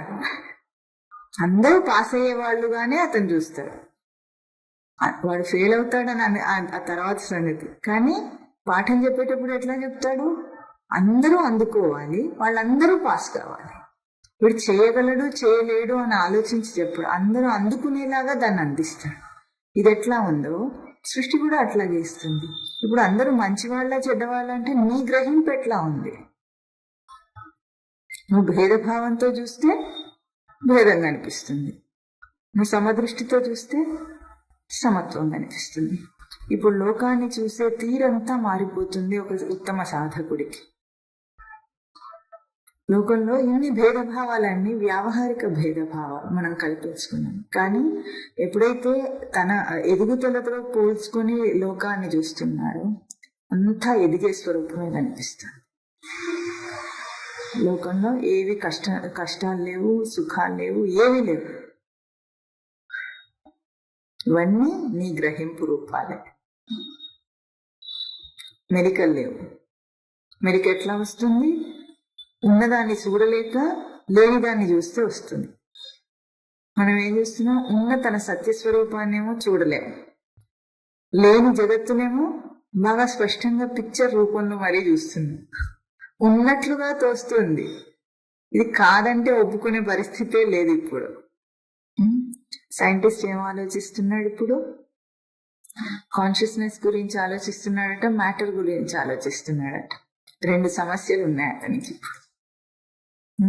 Heart problem of consciousness, heart problem of matter, రెండు సమస్యలు. ఇప్పుడు మ్యాటర్ గురించి తెలుసుకుంటే కాన్షియస్నెస్ తెలుస్తుందా, కాన్షియస్నెస్ గురించి తెలుసుకుంటే మ్యాటర్ తెలుస్తుందా కూడా తెలియకుండా రెండింటిని వేరు చేసి ఇదొక సమస్య అదొక సమస్య అంటే ఎప్పటికీ తీరదు అది. ఎందుకు? రెండింటితో కలిపి ఈ దేహధారిగా ఉన్నవాడు ఏం చేస్తున్నాడు? రెండింటితో కలిపి డీల్ చేస్తున్నాడు. అప్పుడు రెండింటిని కలిపి దేనికి ఏది ఆధారమై ఉందో అది విచారణ చేస్తే తనకు అర్థమవుతుంది. కానీ ఇదే ఇతను ఏం చేస్తున్నాడు? కాన్షియస్నెస్ ఒకటి వేరు, మ్యాటర్ ఒకటి వేరు అంటున్నాడు. దీన్ని అర్థం చేసుకునే ప్రయత్నం చేసి పార్టికల్స్ అన్ని కనుక్కుంటున్నాడు. సూక్ష్మాతి సూక్ష్మంగా వెళ్ళిపోయి ఏది సూక్ష్మమైన అనువైనదో కనుక్కోనే ప్రయత్నం చేస్తున్నాడు. పోతే లోపల ఏం దొరకలేదు, ఇంతకి ఏం లేదంటున్నాడు. ఇప్పుడు కాన్షియస్నెస్ గురించి తెలుసుకుంటే అది స్వానుభవంలో తెలియవలసింది. నేను ఇంకోవరికి నిరూపించాలన్నప్పుడు అది ఎట్లా తెలుస్తుంది? కాన్షియస్నెస్ కాదు, స్మృతి దాకా ఎందుకు? మనకున్న భావాలన్నీ కూడా నిరూపించి చెప్పలేము మనం. దానికి ఇప్పుడు నొప్పి ఉంది, అట్లా కూర్చున్న నీ పోస్టర్లో నీకు నొప్పి ఉండొచ్చు. నాకేం అనిపిస్తుంది? నొప్పి నీకు చూపించగలమా? ఆకలిని చూపించగలమా? కోపాన్ని అంటే మొహంలో చూపించగలం, కానీ వేరే ఇవేవి చూపించకుండా అనుభవింపబడుతున్నాయి. ఆకలి అంటే ఇదని వాడికి ఎట్లా చెప్తావు నువ్వు? వాడికి ఆకలిస్తే వాడికి అర్థం అవుతుంది, అంతేనా? అంతదాకా లేదు. నొప్పి అంటే ఎట్లా ఉంటుందంటే ఎట్లా చెప్తావు నువ్వు? కాన్షియస్నెస్ దాకా ఈ భావాలన్నీ కూడా అభౌతికమైనవి, వాడు అనుభవించి తెలుసుకోవాల్సినవి. ఇటువంటివి వాటితోనే బతుకుతూ మనం ఏదేదో మాట్లాడితే మన జీవితము బయట వాటితో ముడిపడి ఉందా, ఈ భావాలతో ముడిపడి ఉందా? కేవల లౌకిక దృష్టిలో కూడా దేంతో డీల్ చేస్తున్నావు నువ్వు? ఇది వదిలేసి నేను దీన్ని విడిగా తెలుసుకుంటా, దాన్ని విడిగా తెలుసుకుంటా అంటే నీకు ఎప్పటికీ అర్థం కాదు. ఒక పువ్వు చూస్తున్నావు, బాగా ఉంది అంటున్నావు. ఇప్పుడు పువ్వేమో బయట ఒక పదార్థం, బాగుంది అనేది భావన, నీ లోపల కలుగుతున్న భావన. ఇప్పుడు పువ్వుకి బాగుంది అన్న భావనకి రిలేషన్ అక్కడ రెండింటితో పోల్చి నువ్వు విచారణ చేసుకుంటే తెలుస్తుందా? పువ్వు విడిగా తీసేసి బాగుంది భావన నీ దగ్గర ఉండనే ఉండదు. పువ్వుని తీసేస్తే బాగుందా? లేదు. దాంతో పోల్చినప్పుడు నీకు వచ్చింది అది. ఇప్పుడు అట్లాగే స్మృతి అన్నదాన్ని తనలో తాను గుర్తించడానికి ఎక్కడెక్కడ ప్రవర్తించి తాను జీవుడు ఈ సృష్టిలో ప్రవర్తిస్తున్నాడో దాన్ని గుర్తించాలి. అది ప్రేరణ తనకి. సృష్టిలో అపరాపరా ప్రకృతులతో తాను పరాప్రకృతియే అపరాప్రకృతితో ఇంత డీల్ చేస్తున్నవాడు ఏ ప్రేరణ చేత చేస్తున్నాడంటే తనను తెలుసుకోవటానికి. ఇదే ఇంద్రియ ప్రవర్తన. చాలా సూక్ష్మమైంది ఇంద్రియ ప్రవర్తన. ఈ డిజైన్ అర్థం చేసుకుంటే తన స్మృతి దాకా తను వెళ్ళగలడు. ఎట్లా ఉంది ఇంద్రియము? చాలాసార్లు మనం మననం చేస్తాం, అది ఒక ద్వారం మాత్రమే. ఎట్లా ద్వారం అయింది? లోపలున్న స్మృతి యొక్క కాంతి వెలుగుని బయటికి ప్రసరింపజేసి ఆ ప్రసారంలో తన వెలుగునే దర్శనం చేయగలడు, కానీ బయట నుండి వచ్చే స్పర్శను తీసుకోలేకుండా, బయట నుండి వచ్చే గ్రహింపులు తీసుకోలేకుండా డిజైన్ చేయబడింది. కేవలం ఇది అర్థం చేసుకోకుండా మనమేమనుకున్నాం, బయట ఏదో ఉంది, అది నేను తీసుకుంటున్నాను. ఈ యొక్క భ్రాంతి వల్ల మనకు రచన అర్థం కాలేదు. ఎట్లా? బయట ఏముంది? దృశ్యాలన్నీ ఉన్నాయి, కానీ చూస్తోంది. ఈ మాట అన్న వెంటనే నువ్వు ఆ రచనని దాటేశావు. బయట ఉంది దృశ్యము, నేను చూస్తున్నాను కంటి ద్వారా, దాటేశావు. ఎందుకంటే బయట ఉంది అని మాట్లాడావు. బయట ఎట్లా ఉంది? సృష్టి రహస్యమే అక్కడ ఉంది. సృష్టి రహస్యం ఎట్లా ఉంది? అక్కడ ఎట్లా ఉంది? ఇప్పుడు బయట వెలుగుబడింది, అది కనిపించింది, నా కన్ను చూస్తుంది, నా దాకా వచ్చింది, నేను చూశాను అని అంటున్నాను. ఇంతకు ముందే బయట వెలుగు పడితే ఆ దృశ్యం కనిపిస్తుందన్న సైన్స్ కంటే ముందు నీ వెలుగు పడితే అది కనిపిస్తుంది, లేకపోతే నీకు కనిపించదు అది. సైంటిస్ట్ ఎంత దాకా చెప్పాడు? ఒక ఆబ్జెక్ట్ మీద ఎక్స్టర్నల్ సోర్స్ ఆఫ్ లైట్ అది పడితే అప్పుడు అది కనిపిస్తుంది అంటున్నాడు. కానీ నీ ఇంటర్నల్ సోర్స్ పడితే అప్పుడే నీ గ్రహింపుకి వస్తుంది, లేకపోతే రాదు. వస్తుందా? ఎట్లా ఎట్లా నిరూపించుకోగలవు నీకు నువ్వు? కంటికి చూపు అనేది లోపల నుండి వస్తుంది కానీ బయట నుండి వస్తుంది కాదు. దృశ్యం ఉన్నందువల్ల నీకు చూపు రాలేదు, నీకు చూపు ఉన్నందువల్ల దృశ్యం కనిపిస్తుంది, కేవలం భౌతికంగానే. ఆ చూపుకు ఆధారం ఏముంది? దృష్టి పెట్టి చూస్తున్నాను. దృష్టి పెట్టి చూడకపోతే నీకు అర్థం కాదు, నీకు కనిపించదు. ఇప్పుడు ఇట్లా చూసారు ర్యాండమ్గా. ఇప్పుడు ఆ చార్ట్లో ఎన్నో అక్షరాలు ఉన్నాయి కదా, ఆ అక్షరాలను చూడాలంటే మనకు అన్ని అక్షరాలు కనిపిస్తున్నాయి, కానీ ఏ వరుస మీద ఏ పంక్తి మీద మనం దృష్టి పెడితే ఆ పదం మీద దృష్టి పెడితే అదే కనిపిస్తుంది. కింద కనిపిస్తున్నాయా లేదంటే కనిపిస్తున్నాయి, కన్ను క్యాప్చర్ చేస్తుంది, కానీ చదవలేవు, చదివేటట్లుగా కనిపించట్లేదు. అర్థమైంది కదా? ఇప్పుడు నా దృష్టి ఉంటేనే అది కనిపిస్తుంది. అట్ ఎ టైం నువ్వు ఏ వరుస చదువుతావో దాని మీద దృష్టి పెడతావు, కానీ అన్ని ఒకసారి చదవలేవు. చదువుతావు కానీ కన్ను చూస్తుంది వాటిని. ఇప్పుడు ఏది వెలుగు? నా దృష్టి. కంటికి చూపున్నంత మాత్రాన సరిపోదు. అట్లా చూస్తూ చూస్తూ ఆలోచిస్తుంటావు. ఎటు అక్షరాలు ఉన్నాయి, ఆ అక్షరాలు గుర్తించగలదు నీ బ్రెయిన్. ఆల్రెడీ నువ్వు నేర్చుకుని ఉన్నావు కనుక నీకు తెలుగు అక్షరాలు వచ్చు కనుక నువ్వు నీకు తెలుస్తుంది. కానీ నేను ఏదో ఆలోచిస్తుంటే చదవలేవు. క్లాస్ రూమ్లో అందరు చేసే పని ఇదే కదా. మాస్టర్ పాఠం చెబుతుంటే ఏం చేస్తాడు? అటే చూస్తుంటాడు మాస్టర్ వైపు. బ్లాక్ బోర్డ్ మీద ఆయన ఎక్స్ప్లెయిన్ చేస్తుంటే దాన్నే చూస్తాడు, కానీ వీడికి ఎక్కట్లేదు. ఎందుకు? వీడు దృష్టి పెట్టలేదు కనుక. ఇది మనకు తెలియని టెక్నాలజీయా? మనం ఏమన్నా దాన్ని ప్రయోగం చేయని టెక్నాలజీ ఏమైనా ఉందా? ఎక్కడ లేదు. ఇంత చిన్న డిఫరెన్స్ ని మనం తెలుసుకోక నా దృష్టి వల్లనే నా గ్రహింపు అని తెలుసుకున్న రోజు ఏం చేస్తాడు? పంచ జ్ఞానేంద్రియాల గ్రహింపులు అన్నీ కూడా నా తేజస్సు నేను ప్రసరింపజేయటం వల్ల వస్తున్నాయి, లేకపోతే రావు. స్పష్టం. ఇప్పుడు తను ఎదిగే స్వరూపాన్ని, ఎదిగే ప్రయత్నాన్ని, ఒక ప్రవర్తనలో తాను ఎదిగే స్వరూపాన్ని దర్శనం చేయాలంటే ఈ ధనం కానీ ఏర్పాటు చేసుకున్న ఈ సంసారం కానీ తన దర్శనంలో ఎట్లా కనిపిస్తుంది? ఎక్కడ నువ్వు ఉన్నావో, ఏ సిచ్యుయేషన్లో సృష్టి నిన్ను ప్లేస్ చేసిందో, లేదా నువ్వు చేసుకున్న సంస్కారమే నిన్ను ప్లేస్ చేసిందో, అక్కడ నేను ఏం గ్రహించడానికి వచ్చాను? నా ప్రవృత్తిని గ్రహించి సవరించుకుని బ్రహ్మస్వరూపాన్ని దర్శనం చేయడానికి వచ్చాను. ప్రతి ప్రవర్తన అదే, ప్రతి సంఘటన అదే. ఇక్కడ నేనేమవుతున్నా? కోపం వచ్చింది, వెంటనే అరిచాం, అలిగాం. దీని నుండి ఎట్లా తప్పించుకోగలం? ఆ కోపము నార్మల్గా విషయాత్మకంగా వదిలేసినా కూడా ఇవాళ ఉన్నది రేపు ఉండదు, గ్యారంటీగా పోతుంది. కానీ విచారణ లేకుండా పోతే మళ్ళీ వస్తుంది, విచారించి పంపిస్తే మళ్ళీ రాదు. ఇప్పుడు వచ్చింది, ఏమయ్యాను నేను పతనమయ్యానా? కోపాన్ని గుర్తించి సవరించి వెంటనే దాన్ని తీసేసుకొని నా నిజస్వరూపంలోకి వచ్చాను. ఎరుకలో ఇది ఉత్తమ సాధకుడి దర్శనం. అప్పుడు భార్యతో ప్రవర్తించినా భర్తతో ప్రవర్తించినా ఎట్లా ప్రవర్తిస్తాడంటే అక్కడ ఏది లేదు, నా ప్రవర్తన ఉంది. అక్కడ మనిషి కానీ ఒక ప్రవృత్తి కానీ ఏది లేదు, నా ప్రవృత్తి అక్కడ రిఫ్లెక్ట్ అయ్యి కనిపిస్తుంది. చాలా ముఖ్యమైన అంశం తన ఎదుగుదలకి. బ్లేమ్ చేయడానికి సృష్టిలో ఏది లేదు, ఉందా? అప్పుడు తను స్పష్టంగా ఎదగగలడు. ఉన్నట్లుగానే వ్యవహారం జరుగుతోంది. అందరికీ ఎట్లా జరుగుతుందో తనకు కూడా అట్లాగే, ఉత్తమ సాధకుడికి కూడా అట్లాగే జరుగుతోంది. అన్నీ ఉన్నట్లుగానే, అన్ని ప్రభావితం చేస్తున్నట్లుగానే జరుగుతుంది, విషయాలు ఉన్నట్లుగానే జరుగుతుంది. కానీ వీడి దృష్టి ఎట్లాగో అది నాది. ఎట్లాగైతే దృష్టి పెడితే కంటికి చూపు కనిపించిందో, ఆ అక్షరం కనిపించిందో, నా దృష్టి పెడితేనే అక్కడ ఉన్న నా ప్రవృత్తి నాకు కనిపిస్తుంది, లేకపోతే కనిపించదు. అన్నీ ఉంటాయి కానీ కనిపించవు. ఆ దృష్టి పెట్టడం అనే ఒక అంశమే తన జీవితం, నిజ జీవితం, కాన్షియస్ లైఫ్. మనం అందరం బతికేది అన్కాన్షియస్ లైఫ్. ఎవరు కాన్షియస్గా లేరు.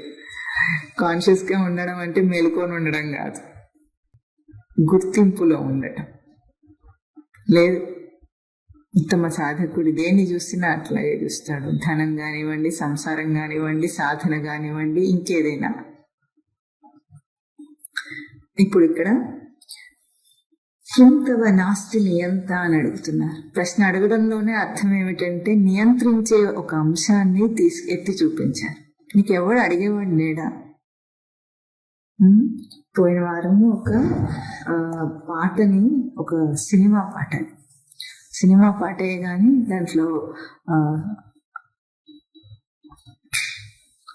సినిమా పాట అయినా కూడా దాంట్లో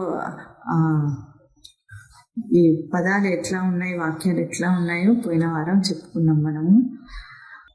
ఈ పాట రాసిన వాడు ఎంత తెలిసి రాశాడన్నది మనకు ముఖ్యం కాదు. మన గ్రహింపులో, మన విచారణకు ఎట్లా తీసుకున్నాం అన్న దానికోసమే చేస్తాడు. మనం ఒక్కసారి మననం చేస్తే ఈ చోటి కర్మ ఈ చోటేనట, ఈనాటి కర్మ ఈనాడే, ఈ సృష్టి నియమం ఇదే అట. అంటే నియంత ఎవరు? ఇప్పుడు అన్నిటికీ సృష్టి నియంతగా చూపిస్తున్నారు ఇక్కడ. నువ్వేం చేస్తావో అది నీకే తిరిగి వస్తుంది. మామూలుగా మన లోకంలో చెప్తే బంతిని ఎట్లా విసిరితే అదే వేగంతో నీకు వస్తుంది. ఇది సైన్స్ ఎట్లా చెప్పిందో, నువ్వేం ప్రయోగం చేస్తావో అది నీకు వస్తుంది. ఎందుకంటే అక్కడ ఏమీ లేదు, నీదే నీకు రిఫ్లెక్ట్ అయి వస్తుంది. బయట వ్యక్తులు కానీ, బయట విషయములు కానీ అవి ఏవి సత్యం కాదు. నీ ప్రయోగం నువ్వు గుర్తించడానికి అవి ఆలంబనగా ఉన్నాయి అంతే. నువ్వు కల్పించుకున్నవి. ఆ కల్పించుకున్నవన్నీ కూడా నీ కోసం నువ్వు కల్పించుకున్నావు కనుక ఎట్లా నీ ప్రయోగం నీకు రిఫ్లెక్ట్ అయి వస్తుంది. మంచి చేస్తే అది మన మామూలు భాష, గుడ్డిగా చేస్తే గుడ్డితనం వస్తుంది, విచారణగా చేస్తే విచారణ వస్తుంది, దృష్టి పెట్టి చేస్తే దృష్టి పెట్టిన నీ స్వరూపం నీకు తెలుస్తుంది. అంతే. ఇక్కడ ఏమంటున్నా, ఇప్పుడు నియంత సృష్టి నియమం అంటున్నారు. సృష్టి నియమం అయితే ధర్మమే నీ పాలి దండమై దండిస్తుందట. తప్పించుకోలేదు జన్మ. ధర్మం అంటే ఏదో ధర్మం అక్కడ రాస్తుంది, ధర్మశాస్త్రాల్లో రాసిన ధర్మం కాదు. నీ ధారణయే ధర్మం. ఏమిటి ధారణ? సామాన్య ధారణ సామాన్యుడికి, సాధక ధారణ సాధకుడికి, ఉన్నతమైన సాధకుడికి స్వరూప ధారణ. విషయాలే ధారణ చేస్తే నీకు విషయాలే వస్తుంటాయి ఎప్పటికీ. విచారణ ధారణ చేస్తే విచారణ వస్తుంది. స్వరూపాన్ని ధారణ చేస్తే స్వరూపమే కనిపిస్తుంది. ప్రతి ప్రయోగంలో ఇదే. నువ్వు ఏది ధారణ చేసి ప్రయోగం చేస్తావో అది నీకు వస్తుంది. విషయమే సత్యమన్న ధారణలు నువ్వు ప్రవర్తిస్తే విషయంలోనే ఒడిదొడుకులే కనిపిస్తాయి నీకు. కష్ట సుఖాలు విషయాత్మకమైన కష్ట సుఖాలే కనిపిస్తాయి. విచారణాత్మకంగా దాన్ని తీసుకున్న సాధకుడికి విచారణ అవకాశంగా కనిపిస్తాయి. కష్ట సుఖాలు కూడా వాడికి విచారణకు అవకాశంగా కనిపిస్తాయి. లేదా స్వరూప ధారణయే నువ్వు నిలిపితే అంతటా నీ స్వరూపమే స్పష్టంగా కనిపిస్తుంది. ఎట్లా ఉంటే అట్లా. పాపం పుణ్యం రెండింటికి నీదే పూచి అట. కన్ను తెరిచి అడుగు వేయి ఆచి తూచి. మామూలుగా సామాన్యుడికి కూడా చెప్పినట్లే ఉంది. అంటే లోకంలో పాపం పుణ్యం అన్ని ఎట్లా వస్తున్నాయి అనుకుంటాడు. రెండింటికి మీదే పూచి అని చెప్పటానికి సామాన్యుడికి తెలియదా అంటే తెలుస్తుంది. ఎటువంటి పని చేస్తే అటువంటిది వస్తుందని. కానీ తాను చేసే పుణ్యకర్మలన్నీ పుణ్యకర్మలు కాదని, తాను అనుకుంటున్న లౌకిక దృష్టి పాపకర్మలు కాదని విచారణ చేసిన సాధకుడికి అర్థమవుతుంది. ఉదాహరణకి లోకంలో పుణ్యం అంటే ఏమిటి? ఎవరికైనా దాన ధర్మాలు చేయటం పుణ్యం. పూజలు, చిన్న చిన్న గుళ్ళల్లో పూజలు వ్రతాలు చేయటం పుణ్యకర్మగా భావించి అందరూ చేస్తున్నారు. కానీ ఆ పుణ్యం యొక్క రూపము వీడి కోరికలో ఉంటుంది. ఏం కోరుతాడు? పుణ్యమే. పుణ్యంలో ఏం కోరుతాడు? పుణ్యం అంటే ఏ రూపంలో రావాలనుకుంటాడు? సుఖ సౌఖ్యాల రూపంలో, ఈ లోకంలోని సుఖ సంతోషాల రూపంలో పుణ్యం కోరుకుంటున్నాడు. అది పుణ్యకర్మ కాదంటుంది శాస్త్రం, కొట్టిపారేస్తుంది. ఎందుకు? ఈ లోకంలో సుఖ సౌఖ్యాలు నీతో ఉండేవి కాదు, శాశ్వతం కాదు. ఈ రోజు నీకు ఇచ్చింది ఏదైనా సుఖం అని ఇస్తే నువ్వు దాన్ని నిలుపుకోలేవు కదా. ఉద్యోగం రావాలని కొబ్బరికాయ కొట్టాడు గుళ్ళో, వచ్చింది. సుఖం అనుకునే దాన్ని పొందాడు ఇప్పుడు. కానీ ఉద్యోగంలో కష్టాలు వస్తున్నాయి. ఇప్పుడు వాడు సుఖం కోరితే కష్టం వచ్చిందా? వాడు కోరింది అసుఖమైనా కాదా? ఉద్యోగం వచ్చిన వెంటనే సుఖంగా కనిపించింది అది. ఆ తర్వాత ఎక్కడో చిరుక్కున్నాను రా దేవుడా అనేటట్లు అనిపించింది. అంతేనా? పెళ్లి కూరగానే ఎంత ఆనందంగా ఉంటారు అందరూ. ఉంటారా? ఇంట్లో వాళ్ళు ఉంటారు, వాడు ఉంటాడు, అందరూ ఉంటారు. 1 సంవత్సరం తర్వాత నాకెందుకు పెళ్లి చేశారని అడుగుతుంది అమ్మాయి. కుదిరిన రోజు ఉన్న సౌఖ్యం ఈ రోజు లేదు. అది చేయడానికి మనం ఎన్ని పుణ్యకర్మలు చేస్తాం? అది పుణ్యం అనుకునే చేస్తాడు కదా. నలుగురికి సహాయం చేస్తే మనకు మంచి జరుగుతుంది. ఏం మంచి? మన అమ్మాయి పెళ్ళి అవుతుంది. పూజలు చేస్తే, వ్రతాలు చేస్తే, నోములు చేస్తే, రుక్మిణి కళ్యాణం చేస్తే మన ఇంట్లో కూడా పెళ్ళి అవుతుంది అనుకునేగా చేశాడు. అందుకే పుణ్యం పాపం రెండింటికి నీదే పూచి అంటే నువ్వు అనుకున్నది పుణ్యము కాదు, నువ్వు అనుకున్నది పాపము కాదు. నువ్వు అనుభవిస్తున్న పుణ్య పాపాలకు నీదే పూచి అంటే నువ్వు ఏ దృష్టిలో దాన్ని తీసుకున్నావో ఆ రకంగా నీకు పుణ్యం వస్తుంది. ఇప్పుడు ఎట్లా సామాన్యుడేమో ఈ విషయాత్మకంగా పుణ్యాలు చేస్తాడు. విచారణ ఉన్నవాడు పుణ్యం అంటే ఏం చేస్తాడు? పుణ్య శబ్దానికి పవిత్ర భావం పుణ్యం. పవిత్ర భావం ఎట్లా వస్తుంది తనకి? బయట పవిత్ర భావాన్ని గుర్తించటం కాదు, తన పవిత్రతను గుర్తిస్తాడు. పూజ చేస్తాడు. పూజ అనే అంశంలో తన పవిత్రత నిలపడానికి ప్రయత్నం చేస్తాడు సాధకుడు. విచారణాత్మకంగా చేసి తనేం పొందుతాడు? పుణ్యమనే పొందుతాడు, అంటే పవిత్రతనే పొందుతాడు. అట్లా కాకుండా తనను గుర్తించకుండా పాపం అంటే పతనం కావటం, తనను గుర్తించకపోవటమే పతనం. అది చేస్తే ఏం పొందాడు? పాపమే పొందాడు. ఇప్పుడు రెండింటికి నీదే పూచి 3 స్థాయిల్లో, సామాన్య స్థాయిలో, సాధక స్థాయిలో, విచారణ స్థాయిలో, ఉత్తమ సాధకుడి స్థాయిలో. ఉత్తమ సాధకుడు ఏం చేస్తాడు? పుణ్యం అంటే వాడికి ఏమిటి? కర్మని శుభే ధాతు, కర్మని శుభే ధాతు అంటే కర్మను శుభంగా ఆచరిస్తాడు. ఏమిటి ఆ శుభం? ఏ కర్మను ఆచరించినా తన స్వరూపం కోసమే, తన ప్రేరణ అదే, తను కోరిందదే, తనకు ప్రేరణ అదే. ఇప్పుడు రెండింటికి నీదే పూజ. పుణ్యపాపాలు అనేవి ఇవి అని నిర్దేశించి చెప్పినవి ఏవి లేవు సృష్టిలో. నీ స్థాయిని బట్టి నీకు పుణ్యం, నీ పాపం.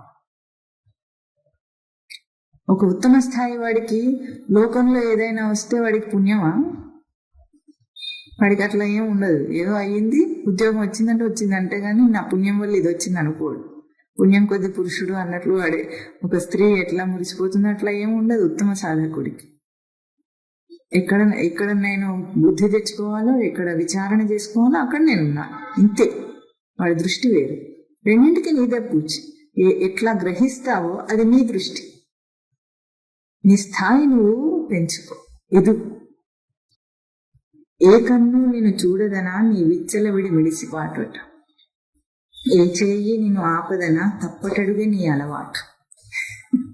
లోకంలో ఎట్లా ఉంది? విచ్చలవిడిగా మనిషి ప్రవర్తిస్తున్నాడు. నియంత లేడు, ఎవరికి నియమించేవాడు లేడు. ఎందుకు? బయటగా ఎన్నో రూల్స్ అండ్ రెగ్యులేషన్స్ ఉన్నాయి. సాంఘిక రూల్స్ ఉన్నాయి కదా, సాంఘిక నియమాలు ఉన్నాయి, చట్టరీత్యా నియమాలు ఉన్నాయి, అన్ని రకాల నియమాలు ఉన్నాయి. కానీ ఎవ్వరూ దానికి కట్టుబడి లేరు. ఎందుకు కట్టుబడి లేరు?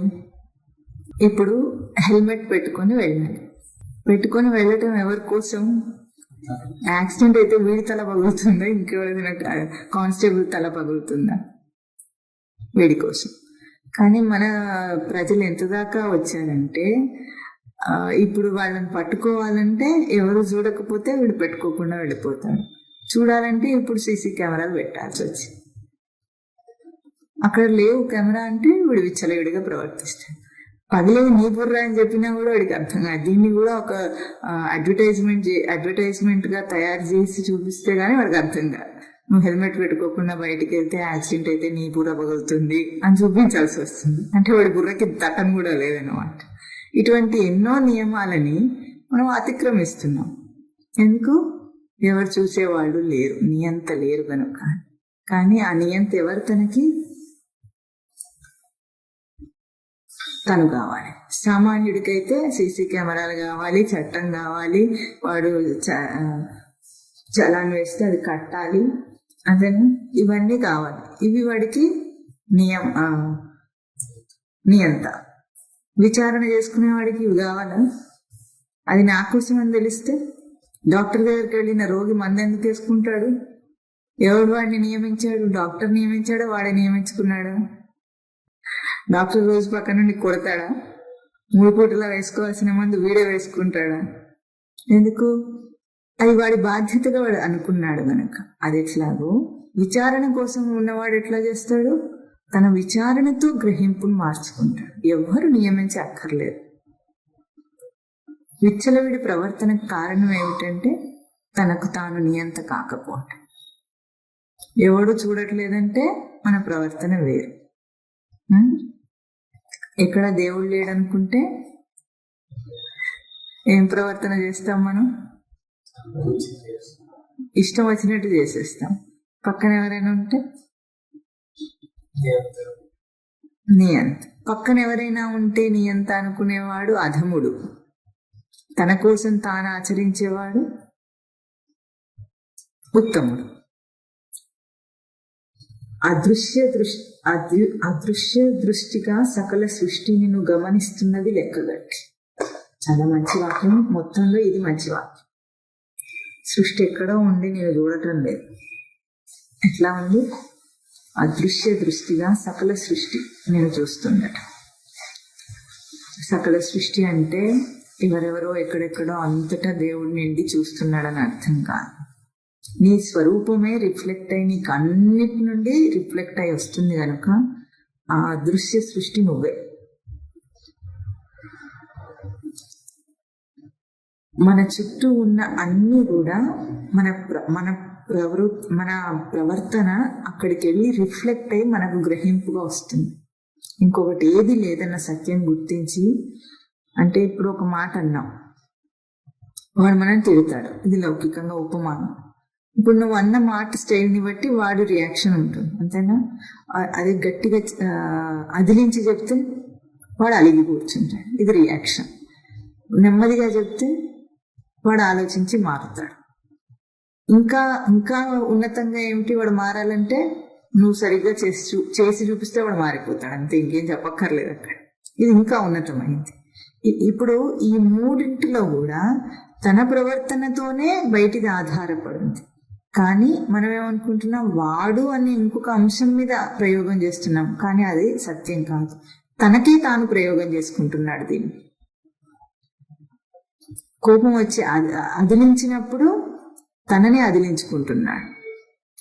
నెమ్మదిగా చెప్పినప్పుడు తనకే నెమ్మదిగా తనను తాను నెమ్మదిగా గ్రహించి వ్యక్తం చేసుకుంటున్నాడు. ఇంకా ఉన్నతంగా తాను ఉత్తమంగా ప్రవర్తించినప్పుడు తనలో తానే ఉత్తమంగా ప్రవర్తిస్తున్నాడు. మూడు కూడా తనతో పోల్చి తనకే చేసుకుంటున్నాడు కానీ వాడికి కాదు. మనకేం కనిపిస్తుంది? సంఘటన రూపంలో వాడితో చేస్తున్నాం డీలింగ్ అని అనిపిస్తుంది, కానీ తప్పు. మూడు తనకే తాను చేసుకున్నాడు. అదిలించి కోప్పడ్డది తననే. నెమ్మదిగా నిదానంగా చెప్పుకున్నది తనకే. ఉత్తమంగా ఏం చెప్పనవసరం లేకుండా తనను తాను నిశ్చలంగా ఉన్నది తనలోనే. మూడు భేదం ఏమిటి? తనతో పోల్చి. ఈ మూడు తనతో పోల్చి జరుగుతున్నాయి. ఇది తనకు నియామకం. ఎవరో ఉండాలి, అదిలించాలి అంటే ఎవరు ఈ సృష్టిలో నడిచేది కాదు. ఒక దేవుడు ఎక్కడో ఉండి ప్రతి జీవుడి లోపల ప్రతి జీవుడికి కలిగే ప్రతి భావనలో దూరి నియమించగలడా? బయట ఉంటే ఎన్ని కళ్ళు ఉంటే మాత్రం సహస్రపాత్ అన్నా కూడా 1000 కళ్ళు ఉన్నాయన్నా, ఇంకా ఆకాశం అంతా కళ్ళు ఉన్నాయి కన్నా కూడా ప్రతి జీవుడి లోపల దూరలేడు స్వామి. ప్రతి జీవుడిని బయట నుండి చూడలేడు. ప్రతి జీవుడికి లోపలున్న నియంతగా ఉంటే చేయగలడు. లోపల నియమించే స్వరూపం ఉంది, బయట కాదు. అందుకు తనకిప్పుడు కిం తవ నాస్తి నియంత అని అడుగుతున్నారు. నీ నియామక స్వరూపం నీ గుర్తింపుకు రావటం లేదా? ఎందుకు ఈ విచ్చలవిడి ప్రవర్తన? వాతుల అంటే స్వరూపాన్ని గుర్తించని ఒక వికల్పపు ప్రయోగంలో ఉన్నవాడు. గాలి సోకిన వాడు ఎట్లా వాగుతాడో అట్లా మన పిచ్చి ప్రవర్తన ఉంటుంది. కాబట్టి వాతులు అంటున్నారు మనం. ఇప్పుడు ఈ త్రిజగతి అంటే ఇప్పుడు ఏమిటి? తనకి మార్పులు చెందే తన ఎదుగుదలలో ఈ 3 స్థాయిలలో కూడా సజ్జన సంగతి రేఖ, సజ్జన సాంగత్యం ఒక్కటే భవార్ణవ తరణే నౌకా భవతి. అంటే ఈ భవార్ణవం అంటే తనకి సంసార సాగరం అని ప్రసిద్ధార్థం. భవార్ణవం అంటే తనకు కలిగిన ప్రవర్తన, దాన్ని దాటటానికి నౌక కావాలి, తనకి విలువ తెలిసే ఒక ఆధారం కావాలి. ఏమవుతుంది అంటే సజ్జన సాంగత్యం అన్నారు. లోకంలో కూడా ఇది కేవలం విషయాత్మకంగా కూడా భౌతికంగా కూడా మనిషి బుద్ధి మారాలంటే ముందు సజ్జన సాంగత్యం కావాలి. సాంగత్యం అనేది చాలా ముఖ్యమైన అంశం. ఎందుకంటే మన మనస్సుకున్న ఒక లక్షణం ఏమిటంటే అది ఎప్పుడు కూడా అన్నిటినీ గ్రహించి అదే మననం చేస్తూ ఉంటుంది. ఉదాహరణకి రోజంతా మనం ఎటువంటి పరిసరాల్లో తిరుగుతామో ఆ రోజు అటువంటి కళలే వస్తాయి. రాత్రి పడుకునే ముందు కానీ ఆ రోజు ఎక్కువగా దేన్ని చింతన చేశామో ఆ కళ ఇంకొక రూపంలో వస్తుంది. అయినా కానీ ఆ కళలోని అంశం అదే ఉంటుంది. అంటే మనసుకు ఎటువంటి గ్రహింపు ఇవ్వబడిందో ఆ రోజంతా కూడా ఇంద్రియ గ్రహింపుల ద్వారా దాన్ని తీసుకొని అది ఏం చేస్తుంది, ఈ జీవుడు నిద్రపోయే టైంలో దాన్ని ఒక ఊహా కల్పనగా సినిమా తీస్తుంది. అది సాంగత్యం యొక్క ప్రభావం మనస్సు మీద ఉంది. కనుక ముందు ఒక సామాన్య స్థితి నుండి సాధక స్థితికి రావాలన్నా, సాధక స్థితి నుండి ఉత్తమ సాధక స్థితికి వెళ్ళాలన్నా సాంగత్యం అనేది చాలా ముఖ్యం. అయితే మనుషులతో సాంగత్యం అనేది ముందు సామాన్యుడు చేయవలసింది, అంటే సజ్జన సాంగత్యం. లోకంలో చెడ్డవాళ్లతో తిరిగితే చెడ్డ గుణాలు వస్తాయని చెప్పనవసరం లేదు. ఈ నీతులన్నీ మనకు బాగా తెలిసినవి, అవునా? ఎవరైనా పిల్లవాడు చెడిపోతుంటే ముందేమంటారు అమ్మ నాన్న? ఎవరి సోపతి పట్టాడో ఏమో అంటాడు. తెలంగాణలో అయితే సోపతి త్రోవనాశనం అంటారు. అంటే దారి తప్పుడు దారిలో వెళుతున్నాడు అని అర్థం. ఇప్పుడు ఆ సాంగత్యం అనేది మార్చడానికి ఒక సామాన్యుడి స్థితి నుండి సాధక స్థితికి రావాలంటే, సాంగత్యం మార్చాలంటే తన ప్రయత్నపూర్వకంగా ఏం చేయాలి? విషయ దృష్టి ఉన్న మనుషులతోని తిరగకుండా ఆ మనుషులతో దూరంగా ఉండి కేవలం పారమార్థిక దృష్టి ఉన్న మనుషులతో చేరే ప్రయత్నం చేయాలి. చేస్తే అప్పుడు ఏమవుతుంది? ఎట్లాగైతే మనస్సు రోజంతా దేన్ని మననం చేసిందో అదే తనకు కళ రూపంలో ఎట్లా వస్తుందో, అట్లాగే విషయాలలో తాను ఎంత లోతుగా వెళ్ళి, ఇప్పుడు ఒక ఇంట్లో ఉన్నారనుకోండి, ఇంటింటికి వాతావరణం చాలా వేరుగా ఉంటుంది ఆ మనుషులను బట్టి. సంసారమే అయినా కూడా అన్ని కొంపలు ఒకలాగా ఉండవు, ఉంటాయా? ఒక ఇంట్లో ఎట్లాగా ఉంటుంది, ఎప్పుడు చూసినా కీచులాట. భార్యాభర్తలు, అత్త కూడళ్ళు, మామలు, కొడుకులు, తల్లి తండ్రి అందరూ కీచులాడుకుంటూనే ఉంటారు. ఇప్పుడు అటువంటి పరిసరాల్లో ఉన్నవాడికి ఎట్లా ఉంటుంది? అవే సత్యంగా కనిపిస్తుంది, లోకమంతా అవే ఉన్నట్లు కనిపిస్తుంది. అట్లా కాకుండా సంసారంలో అయినా సరే అందరూ ప్రశాంతంగా ఉన్నవాళ్ళు కూడా ఉంటారు. అంటే ఎవరి మీద ఒకరికి ఈర్ష్య, అసూయలు, ద్వేషాలు లేకుండా ఎవరి పని వాళ్ళు చేసుకుంటూ సామాన్యంగా బ్రతికే వాళ్ళు కూడా ఉంటారు. అటువంటి సాంగత్యంలో ఉన్నవాడికి ఏమంటుంది? వాళ్ళ ఇంట్లో అందరూ మంచి వాళ్ళే ఉంటే లోకం అంతా మంచి వాళ్ళు ఉన్నట్టుగా కనిపిస్తుంది వాడికి, అంతేనా? అట్లాగే ఇది సాంగత్యం వల్ల అట్లా ఉంటుంది. ఎట్లాగో ఇప్పుడు విషయ దృష్టిలో ఉన్నవాడంటే, విషయ దృష్టి అంటే ఎట్లా ఉంటుందంటే భౌతికం సత్యమనే మాట్లాడుతుంటాడు వాడు ఎప్పుడు. లోకంలో జరిగేవన్నీ సత్య సంఘటనలుగా అవే చింతన చేసే వాడితో మాట్లాడుతూ అప్పుడప్పుడు మఠానికో ఆశ్రమానికో వెళ్ళి శ్రవణం చేస్తే వీడి బుర్రలో ఒక్కటి కూడా నిలవదు. అందుకు ముందేం చేయాలి? ఒక సామాన్యుడు సాధకులతో సాంగత్యం చేయాలి. సాధకులు ఏ దృష్టితో ఉంటారు? దీని నుండి బయటపడే దృష్టితో ఉంటారు. ఈ లోకంలో ఉన్న వాటిని సత్యం అనుకోకుండా ఆ భ్రాంతి నుండి బయటపడే దృష్టితో ఉంటారు, ఆ ప్రయత్నంలో ఉంటారు. ముందు భౌతికంగా ఈ సాంగత్యం మార్చాల్సిందే. ఇంకా ఉత్తమంగా ఏం చేయాలి? ఇప్పుడు ఉత్తమ సాధకుడితో ఎప్పుడు కూడా మనకంటే హై లెవెల్ వాళ్ళతోనే స్నేహం చేయాలి. ఎందుకు? వారి స్థితికి ఎదగాలి కనుక. ఇప్పుడు ఉత్తమ సాధకుడితో ఈ సాధకుడు సాంగత్యం పెట్టుకుంటే ఎట్లా ఉంటుంది? వాడు ఎట్లా సాధన చేస్తున్నాడో, వాడు ఎట్లా ఉన్నాడు? ఇప్పుడు విచారణని ప్రయోగంలో చూసుకునే స్థితిలో ఉన్నాడు. వాడితో సాంగత్యం చేసినప్పుడు ఎట్లా ఉంటుంది? వీడికి అదే అబ్బుతుంది, ఇట్లా చేయాలి కాబట్టి. అందుకే గురువు సన్నిధిలో మనం ఏం నేర్చుకుంటాం? గురువు యొక్క ప్రవర్తనలు తాను ఎట్లా ప్రవర్తించాలో నేర్చుకుంటాం. అందుకే సజ్జన సాంగత్యం చాలా ముఖ్యమైనది. అయితే ఈ సజ్జన సాంగత్యం చేయటానికి ముందు ఒక కండిషన్ చూపించింది శాస్త్రం. ఏం కండిషన్ అంటే, సజ్జనం అంటే సత్వపూచి, ఉనికి అంశం అనేది తనకు ఆ ఉనికి అంశపు రేఖ తనలో ముందు ఉండాలి. అంటే ఇప్పుడు లోకంలో ఏం చెప్తారు, ఒకే రెక్క సామర్థ్యం గల పక్షులు ఒక హైట్ లో ఎగురుతాయని తెలుస్తుంది కదా. అంటే birds of same feather flock together. అంటే ఏ హైట్ లో ఎగురుతాయో ఆ హైట్ లో ఎట్లా అన్ని సామర్థ్యం, ఆ రెక్క సామర్థ్యం ఉన్న పక్షులు ఎట్లా ఎదుగుతాయో, సజ్జన సాంగత్యం కావాలంటే ముందు తనకు ఒక సజ్జన లక్షణం ఉండాలి.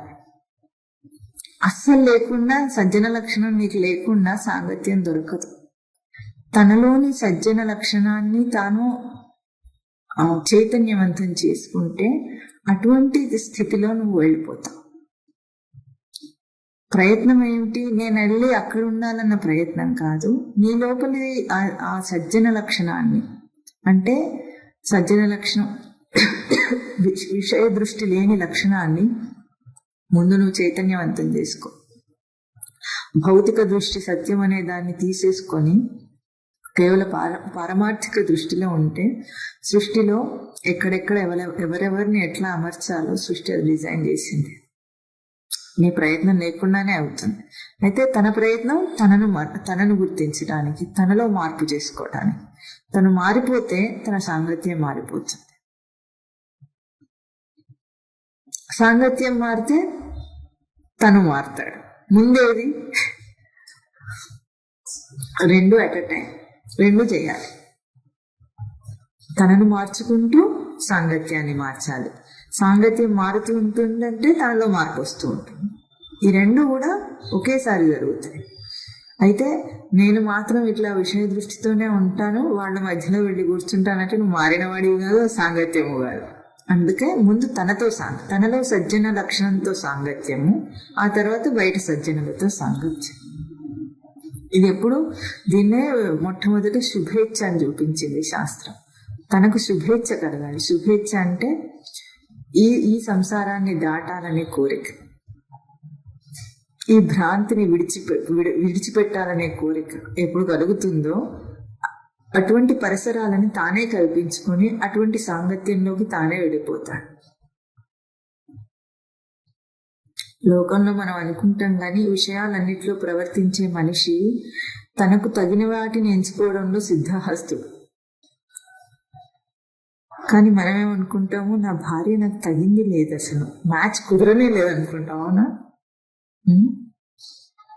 మొహం చూసి చేసుకున్నాను కానీ గుణం చూసి చేసుకోలేదని బాధపడతాడు తర్వాత. కానీ సత్యం ఏమిటో తెలుసా? నీ గుణానికి అట్లాంటి అమ్మాయి రావాలి. నీకు ఎట్లా బుద్ధి వస్తుందో అట్లా మ్యాచ్ చేయబడింది అది. నువ్వు చాలా నిదానస్తుడు అయితే నీకు నిదానమైన భార్యనే వస్తుంది. నువ్వు కోపిష్టివైతే, నేను అణిసి పెట్టాలంటే ఏం చేయాలి? పిల్లలు ఏడుస్తుంటే అమ్మ ఏం చేస్తుంది? వాడికంటే గట్టిగా అరుస్తుంది. అప్పుడు వాడు నోరు మూసుకుంటాడు. అవును,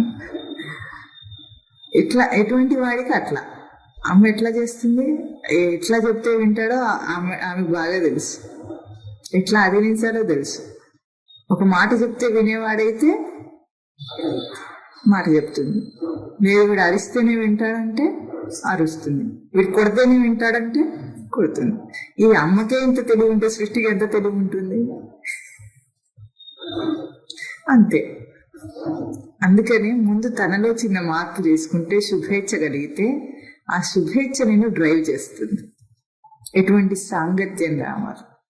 నువ్వు ఈ సంసార సాగరాన్ని, అంటే నీకు కలిగిన ప్రతి భవార్ణవం, ప్రతి ప్రవర్తనలో నీకు కలుగుతున్న భావాలని దాన్ని దాటటానికి, భ్రాంతిని దాటటానికి ఇదే ఒక్కటే సజ్జన సాంగత్యమే ఒక్కటే ఉపాయం అని చూపిస్తున్నాను. నౌక. సముద్రంలో ఉన్నవాడికి ఏం కావాలి? అంత పెద్ద సముద్రం, నౌక ఎంత ఉంటుంది? చిన్నది. కాకపోతే దానికి తేడా ఏమిటి? సాంద్రత తేడా. చెక్కతో చేస్తారు కాబట్టి సాంద్రత తేడా వల్ల అది సముద్రంలో మునగకుండా ఉంది. నీ సాంద్రత బరువు ఉన్నా కూడా ఆ నౌక ఆధారంగా నువ్వు సముద్రంలో మునగకుండా రక్షింపబడుతున్నావు. చిన్న తెప్ప చాలు, పెద్ద నౌక కూడా అక్కర్లేదు. అంతేనా? తెప్పలో కూడా మనం తేలుతూ వెళ్ళగలం. ఎందుకు? సాంద్రత తక్కువగా ఉంది కనుక, అది తేలుతుంది కనుక దాంట్లో కూర్చున్నావు కనుక. అట్లాగే ఇప్పుడు దేంట్లో కూర్చుంటావో నీ భావాల సాంద్రత నీ విషయ దృష్టి సాంద్రత కంటే తేలికగా ఉంటే మునిగిపోకుండా ఉంటావు.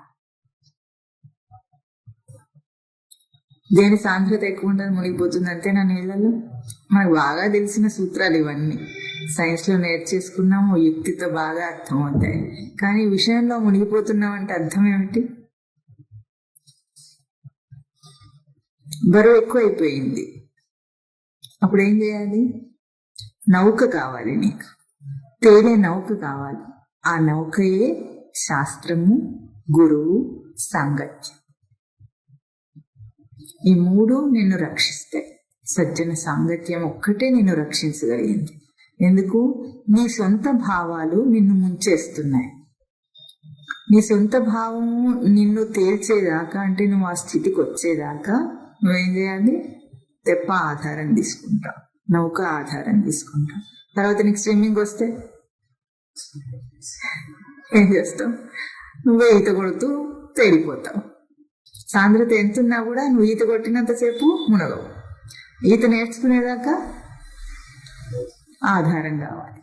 అట్లాగే సజ్జన సాంగత్యంలో తానేం గుర్తిస్తాడంటే, తన జీవభావపు స్థితిలో తన ప్రవృత్తిని గుర్తించటం, సవరించటం, నేర్చుకోవటం, గుణపాఠం నేర్చుకోవటం, దాని నుండి బయటపడి ఇంకా ప్రయోగానికి ముందే ప్రవృత్తిని గుర్తించటం. చాలా ముఖ్యమైన అంశాలు ఇవన్నీ కూడా. ఎట్లా? ఒక్కొక్క విషయంలో నేను మాట అన్న తర్వాత వెనక్కి తీసుకోలేనని మనకు తెలుస్తుంది. మాట అనే ముందు ఎంత కంట్రోల్ చేసుకుంటున్నానో అది గుర్తించాలి. ఒక్కోసారి ఎప్పుడు గుర్తిస్తాం? అన్న తర్వాత. ఒక్కోసారి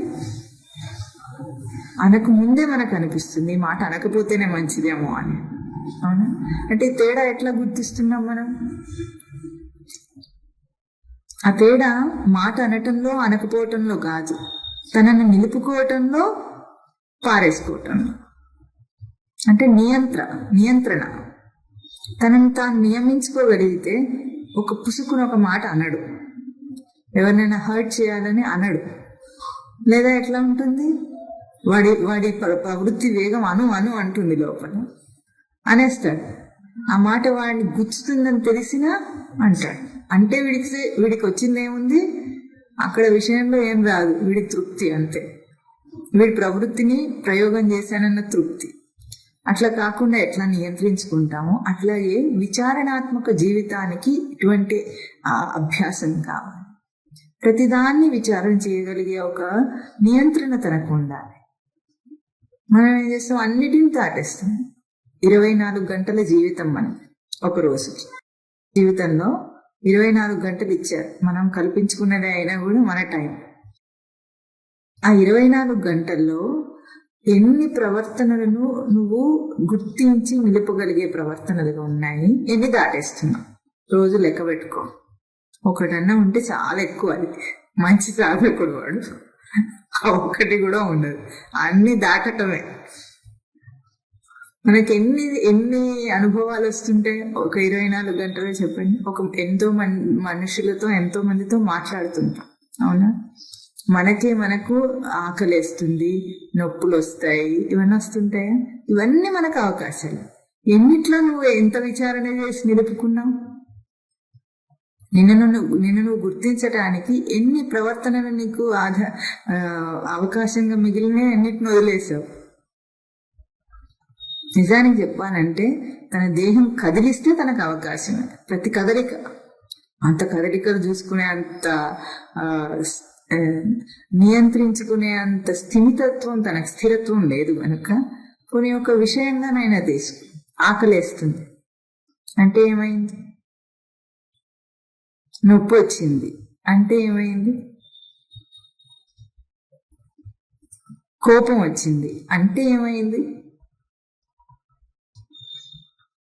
బాధ కలిగింది అంటే ఏమైంది, సంతోషంగా ఉంది అంటే ఏమైంది, నిద్ర వస్తోంది అంటే ఏమవుతుంది, మెలకు వచ్చింది అంటే ఏమైంది. ఇవే కదా మనకు రోజంతా జరిగేవి. బయట పనితో వదిలేస్తే మనకు అనుభవంలో మిగిలేవి ఇవే కదా. ఇన్ని ఉన్నాయి కదా అవకాశాలు రోజుకి. ఇంకా సాధనకి వేరే అవకాశాలు కావాలా? తన స్వరూప దర్శనానికి ప్రతి కదలిక అవకాశం. ఇది సజ్జన సాంగత్యం, నిజమైన సజ్జన సాంగత్యం. ఎందుకు? సకల సృష్టి ఉనికి స్వరూపం. ఉనికి కంటే వేరే స్వరూపం సృష్టిలో లేదు. ఆ ఉనికి స్వరూపం ఏం చేస్తుంది? అదే అద్దం బట్టి నీ ఉనికిని చూసుకోమని చెప్తుంటే మనమేమో దయ్యాన్ని చూస్తున్నాం. దేవుణ్ణి చూడమంటే దయ్యాన్ని చూస్తున్నాం. నీ ప్రవర్తనను చూసుకోమంటే మనం విషయాన్ని చూస్తున్నాం. ఇదే సరిపోయింది. 24 గంటల ఒక రోజు, 100 సంవత్సరాల ఆయుష్ మొత్తం దీనికే సరిపోయింది. బయట దాన్ని తిట్టడానికి, నిన్ను సవరించుకోవడానికి తీరికనే దొరకకపోయింది. సజ్జన సాంగత్యం అంటే తనతో సాంగత్యం. భౌతికంగా సజ్జన సాంగత్యం కావాలి, కానీ ఉత్తమ సాధకుడికి ఏం కావాలి? తనతో సాంగత్యం. తననే విడిచిపెట్టే ప్రవర్తన వృధా ప్రయాస, వృధా ప్రవర్తన. ఎట్లాగైతే పూర్వ జీవితం అంతా మనది గడిచిపోయింది. ఏం చేసాము? ఏం చేయలేదు. ఆ రోజేమో ఎంతో దానికి విలువనిచ్చి అక్కడ ఉన్నాము. తర్వాత చూస్తే అదేమో లేదు. గతం నాస్తి అని లేమిలోకి వెళ్ళిపోయింది. ఎక్కడ వెతుకుదామన్నా అది కనిపించడం లేదు. ముందుకి వెళ్ళే ఆ జీవితం అంతా తనకి ఎట్లా ఉంది? తన పరుచుకున్న కార్పెట్లో ఉంది. ఎటువంటి కార్పెట్ వేసుకున్నాడు? విషయ దృష్టి కార్పెట్ వేసుకుంటే అందులోనే పయనిస్తుంటాడు. అదే రోడ్డు దాటితనకి. లేదా విచారణ దృష్టి వేసుకుంటే విచారణలో పయనిస్తాడు. స్వరూప దర్శన కార్పెట్ వేసుకుంటే అంతే. ఇదే సజ్జన సాంగత్యం. దేంతో సాంగత్యం పెట్టుకుంటావు? నీ ఇష్టం. సజ్జనులందరికీ వేరే అవకాశాలు, దుర్జనులందరికీ వేరే అవకాశాలు ఉన్నాయి సృష్టిలో. అందరి జీవితం ఒకేలాగా ఉంది. దేహాలతో పోల్చి అందరూ ఒకేలాగా ఉన్నారా? వాడి దైహిక అవసరాలన్నీ ఒకేలాగా ఉన్నాయా? ఒకరికి ఎక్కువ, ఒకరికి తక్కువ ఉన్నాయా ఏమైనా అవసరాలు?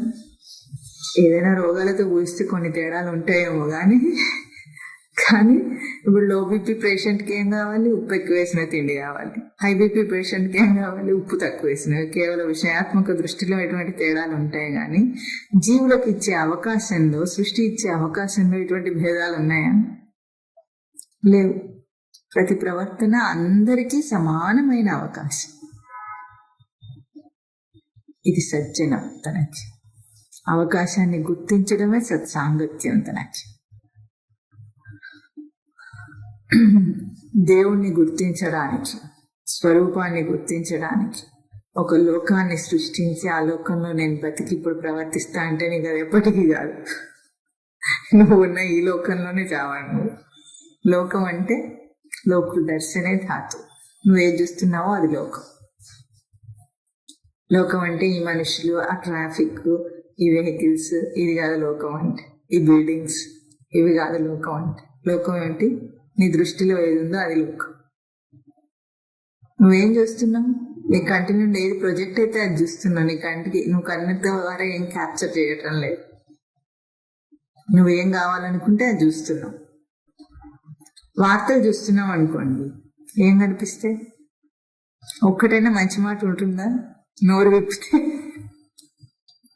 ఎక్కడ ఎవరు హత్య చేశాడు, ఎవరెవరిని చెరిచారు, ఎవరెవరిని మోసం చేశారు, ఏ కంపెనీ దివాలా తీసింది, ఇవన్నీ ఉంటాయి. ఏ దేశం మీద యుద్ధం చేస్తుంది, ఏ నాయకుడు ఎంత ఫ్రాడ్ చేస్తున్నాడు, స్కామ్లు చేస్తున్నాడు, ఇవైనా ఉంటాయి. ఒక మంచి మాట ఉంటుంది ఏదన్నా. రోజంతా వార్తలు వినాలనిపించే వాడికి ఏం కావాలి, వాడి అర్థం ఏమిటి, ఇటువంటి భావాలు వాడికి చాలా రుచిస్తున్నాయి అన్నమాట. అదే విని చెల్లించిపోయేవాడు ఏం చేస్తాడు, చాలా వచ్చిన ఇన్ఫర్మేషన్ కాదని వార్తలు ఆపేస్తాడు, వినటం ఆపేస్తాడు. అంటే తన అభిరుచి, మామూలు భాషలో చెప్పాలంటే నీ అభిరుచి ఎట్లా ఉంటే నువ్వు దాని వైపు వెళ్తున్నావు. బయట ఏదైనా చేయగాక దృష్టి ఏముండాలి,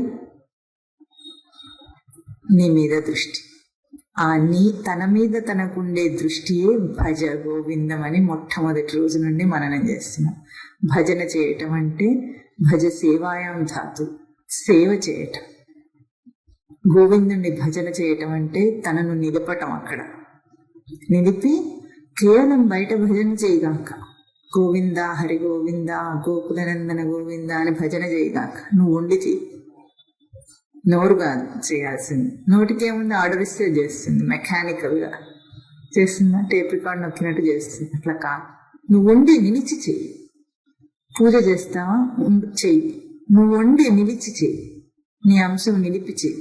లేదు నేను ఇదేది చేయను, నా చదువు నేను చదువుకుంటానంటావా, నువ్వు వండి నిలిచి చెయ్యి.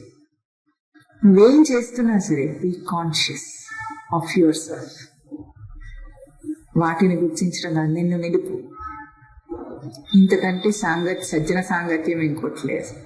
ఇది చేయాలంటే భౌతికంగా సజ్జన సాంగత్యం కావాలి.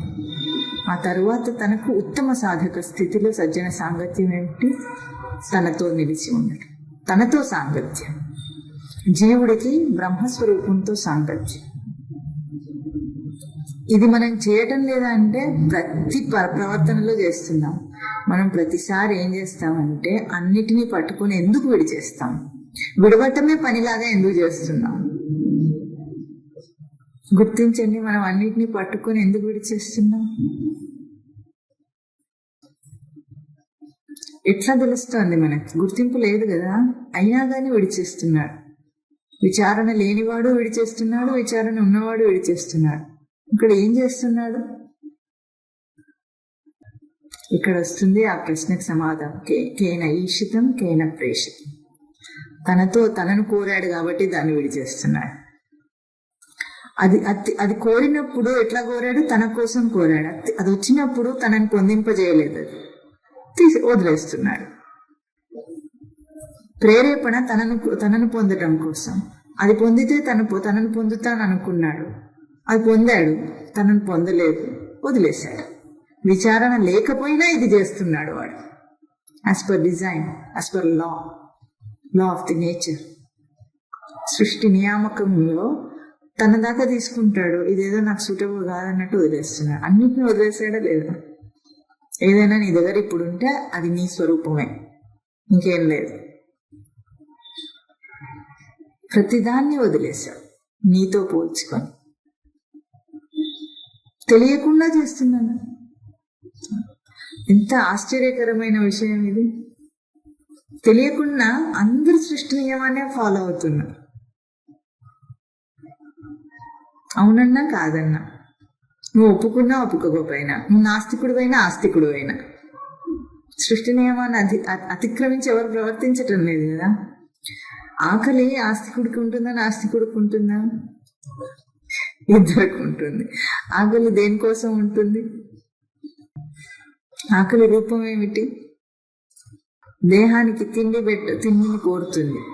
దేహం పనిచేయలేకపోతే, పెట్రోల్ అయిపోతే పని చేయాలంటే దానికి ఆకలి రూపం.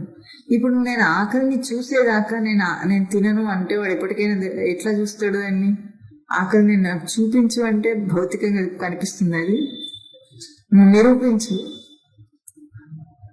నాకు థియరీలో నిరూపిస్తున్నా నేను తింటానంటే చచ్చూరుకుంటాడు వాడు. అవునా? ఇప్పుడు వాడు ఒప్పుకున్నా ఒప్పుకోకపోయినా ఆకలికి దాసుడు అయినాడా లేదా? సృష్టి నియమించిన దానికి దాసుడే తింటున్నాడా లేదా? నీ లోపల ఉన్న జిజ్ఞాస నిన్ను ఆకలి, భౌతిక ఆకలి ఎట్లా నిన్ను ఉంచుకొచ్చిందో అట్లా నీ లోపల ఉన్న జిజ్ఞాస, నిన్ను తెలుసుకోవాలనే జిజ్ఞాస, నువ్వు ఆస్తికుడు అయినా, నాస్తికుడు అయినా, సైంటిస్ట్ అయినా, థీస్ట్ అయినా, ఎథియిస్ట్ అయినా, ఏయిస్ట్ అయినా సరే నిన్ను ఉంచుకొస్తుంది. నువ్వు దాన్ని అతిక్రమించి ప్రవర్తించలేవు.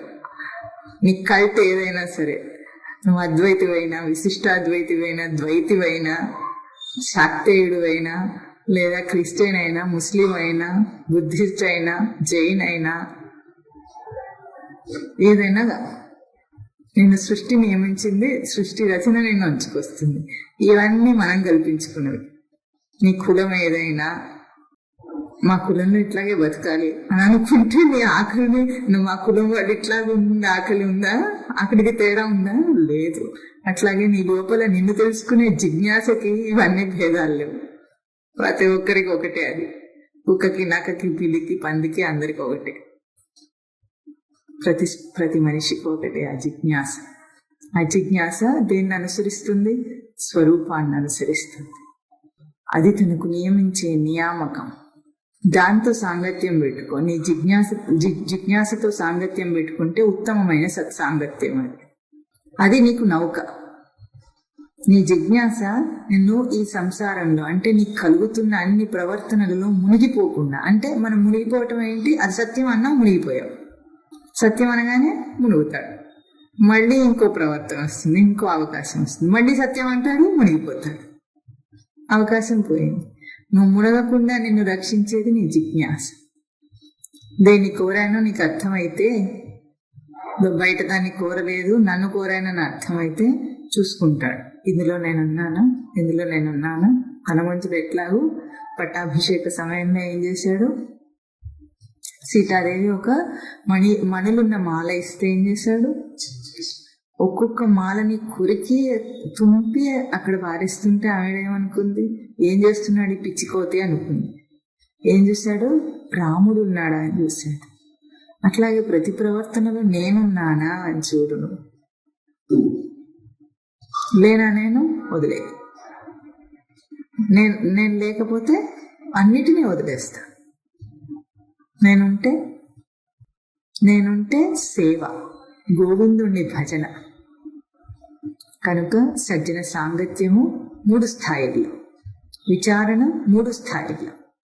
అవేమిటి? తనకు సామాన్య స్థితి, సాధక స్థితి, ఉత్తమ సాధక స్థితి. ఈ 3 కూడా తనకు 3 లోకములు. త్రిజగతి. జగతి అంటే ప్రవర్తన చేత మార్పులు చెందేది, దాటించేది. అది తనకు త్రిజగతి అన్నప్పుడు తను దాటించేది ప్రతి ప్రవర్తన కూడా. అందుకే సృష్టి బ్రహ్మస్వరూపం. సృష్టిలో పతనమయ్యేది ఏమీ లేదు. నెగటివిటీ అన్న అంశమే లేదు సృష్టిలో. ఎదుగుదలే ఉంది. ఆ ఎదుగుదలను గుర్తించగలిగే సామర్థ్యం తనకు కావాలి. అది ఎట్లా వస్తుంది? కన్ను బయటికి చూసినంతసేపు రాదు. కన్ను ఎక్కడ చూడాలి? కళ్ళజోడు పెట్టుకొని చూడడం కాదు. ఎట్లా? బయటికి చూడడం ఆపేస్తే లోపలిది కనిపిస్తుంది. ఎంతసేపు దాన్నే చూస్తే నీకు ఎట్లా తెలుస్తుంది? అందుకే మనం అప్పుడప్పుడు కళ్ళు మూసుకుంటుంటాం సృష్టి నియమం ప్రకారంగా. విని విని విని ఇంకా చాలంటాం సృష్టి నియమం ప్రకారంగా. తిని తిని తిని ఇంకా చాలంటాం సృష్టి నియమం ప్రకారంగా. తిట్టి తిట్టి తిట్టి ఇంకా చాలంటాం సృష్టి నియమం ప్రకారంగా. సంభోగంలో కూడా ఎంతసేపు స్త్రీ పురుష సంభోగం ఇంకా చాలంటాడు సృష్టి నియమం ప్రకారంగా. ఇవన్నీ సృష్టిని అనుసరిస్తున్న నీ చేష్టలు. వీటిని ఆపేస్తే లోపల ఉన్నది అదే కనిపిస్తుంది. కనుక గోవిందుని భజించటం అన్నా సత్సాంగత్యం అన్నా ఒకటి. 2 కూడా తన స్వరూపంతో కూడినవి, ముడిపడినవి. ఇది గుర్తించుకుంటూ సాధన చేస్తే అందులో తన బ్రహ్మస్వరూపం తాను గుర్తించగలడు. అంటే గోవింద శబ్దం చేత చెప్పిన ఏమిటి? ప్రజ్ఞానం బ్రహ్మ, తత్వమసి, అహం బ్రహ్మాస్మి, అయమాత్మ బ్రహ్మ అన్న మహావాక్యాలలో తన స్వరూపాన్ని ప్రతిపాదన చేసిందో ఉపనిషత్తులు, ఆ ప్రతిపాదన చేసిన తన స్వరూపాన్ని గుర్తించగలరు. ఇది సృష్టి నియామకం. చెప్పండి. భజ గోవిందం.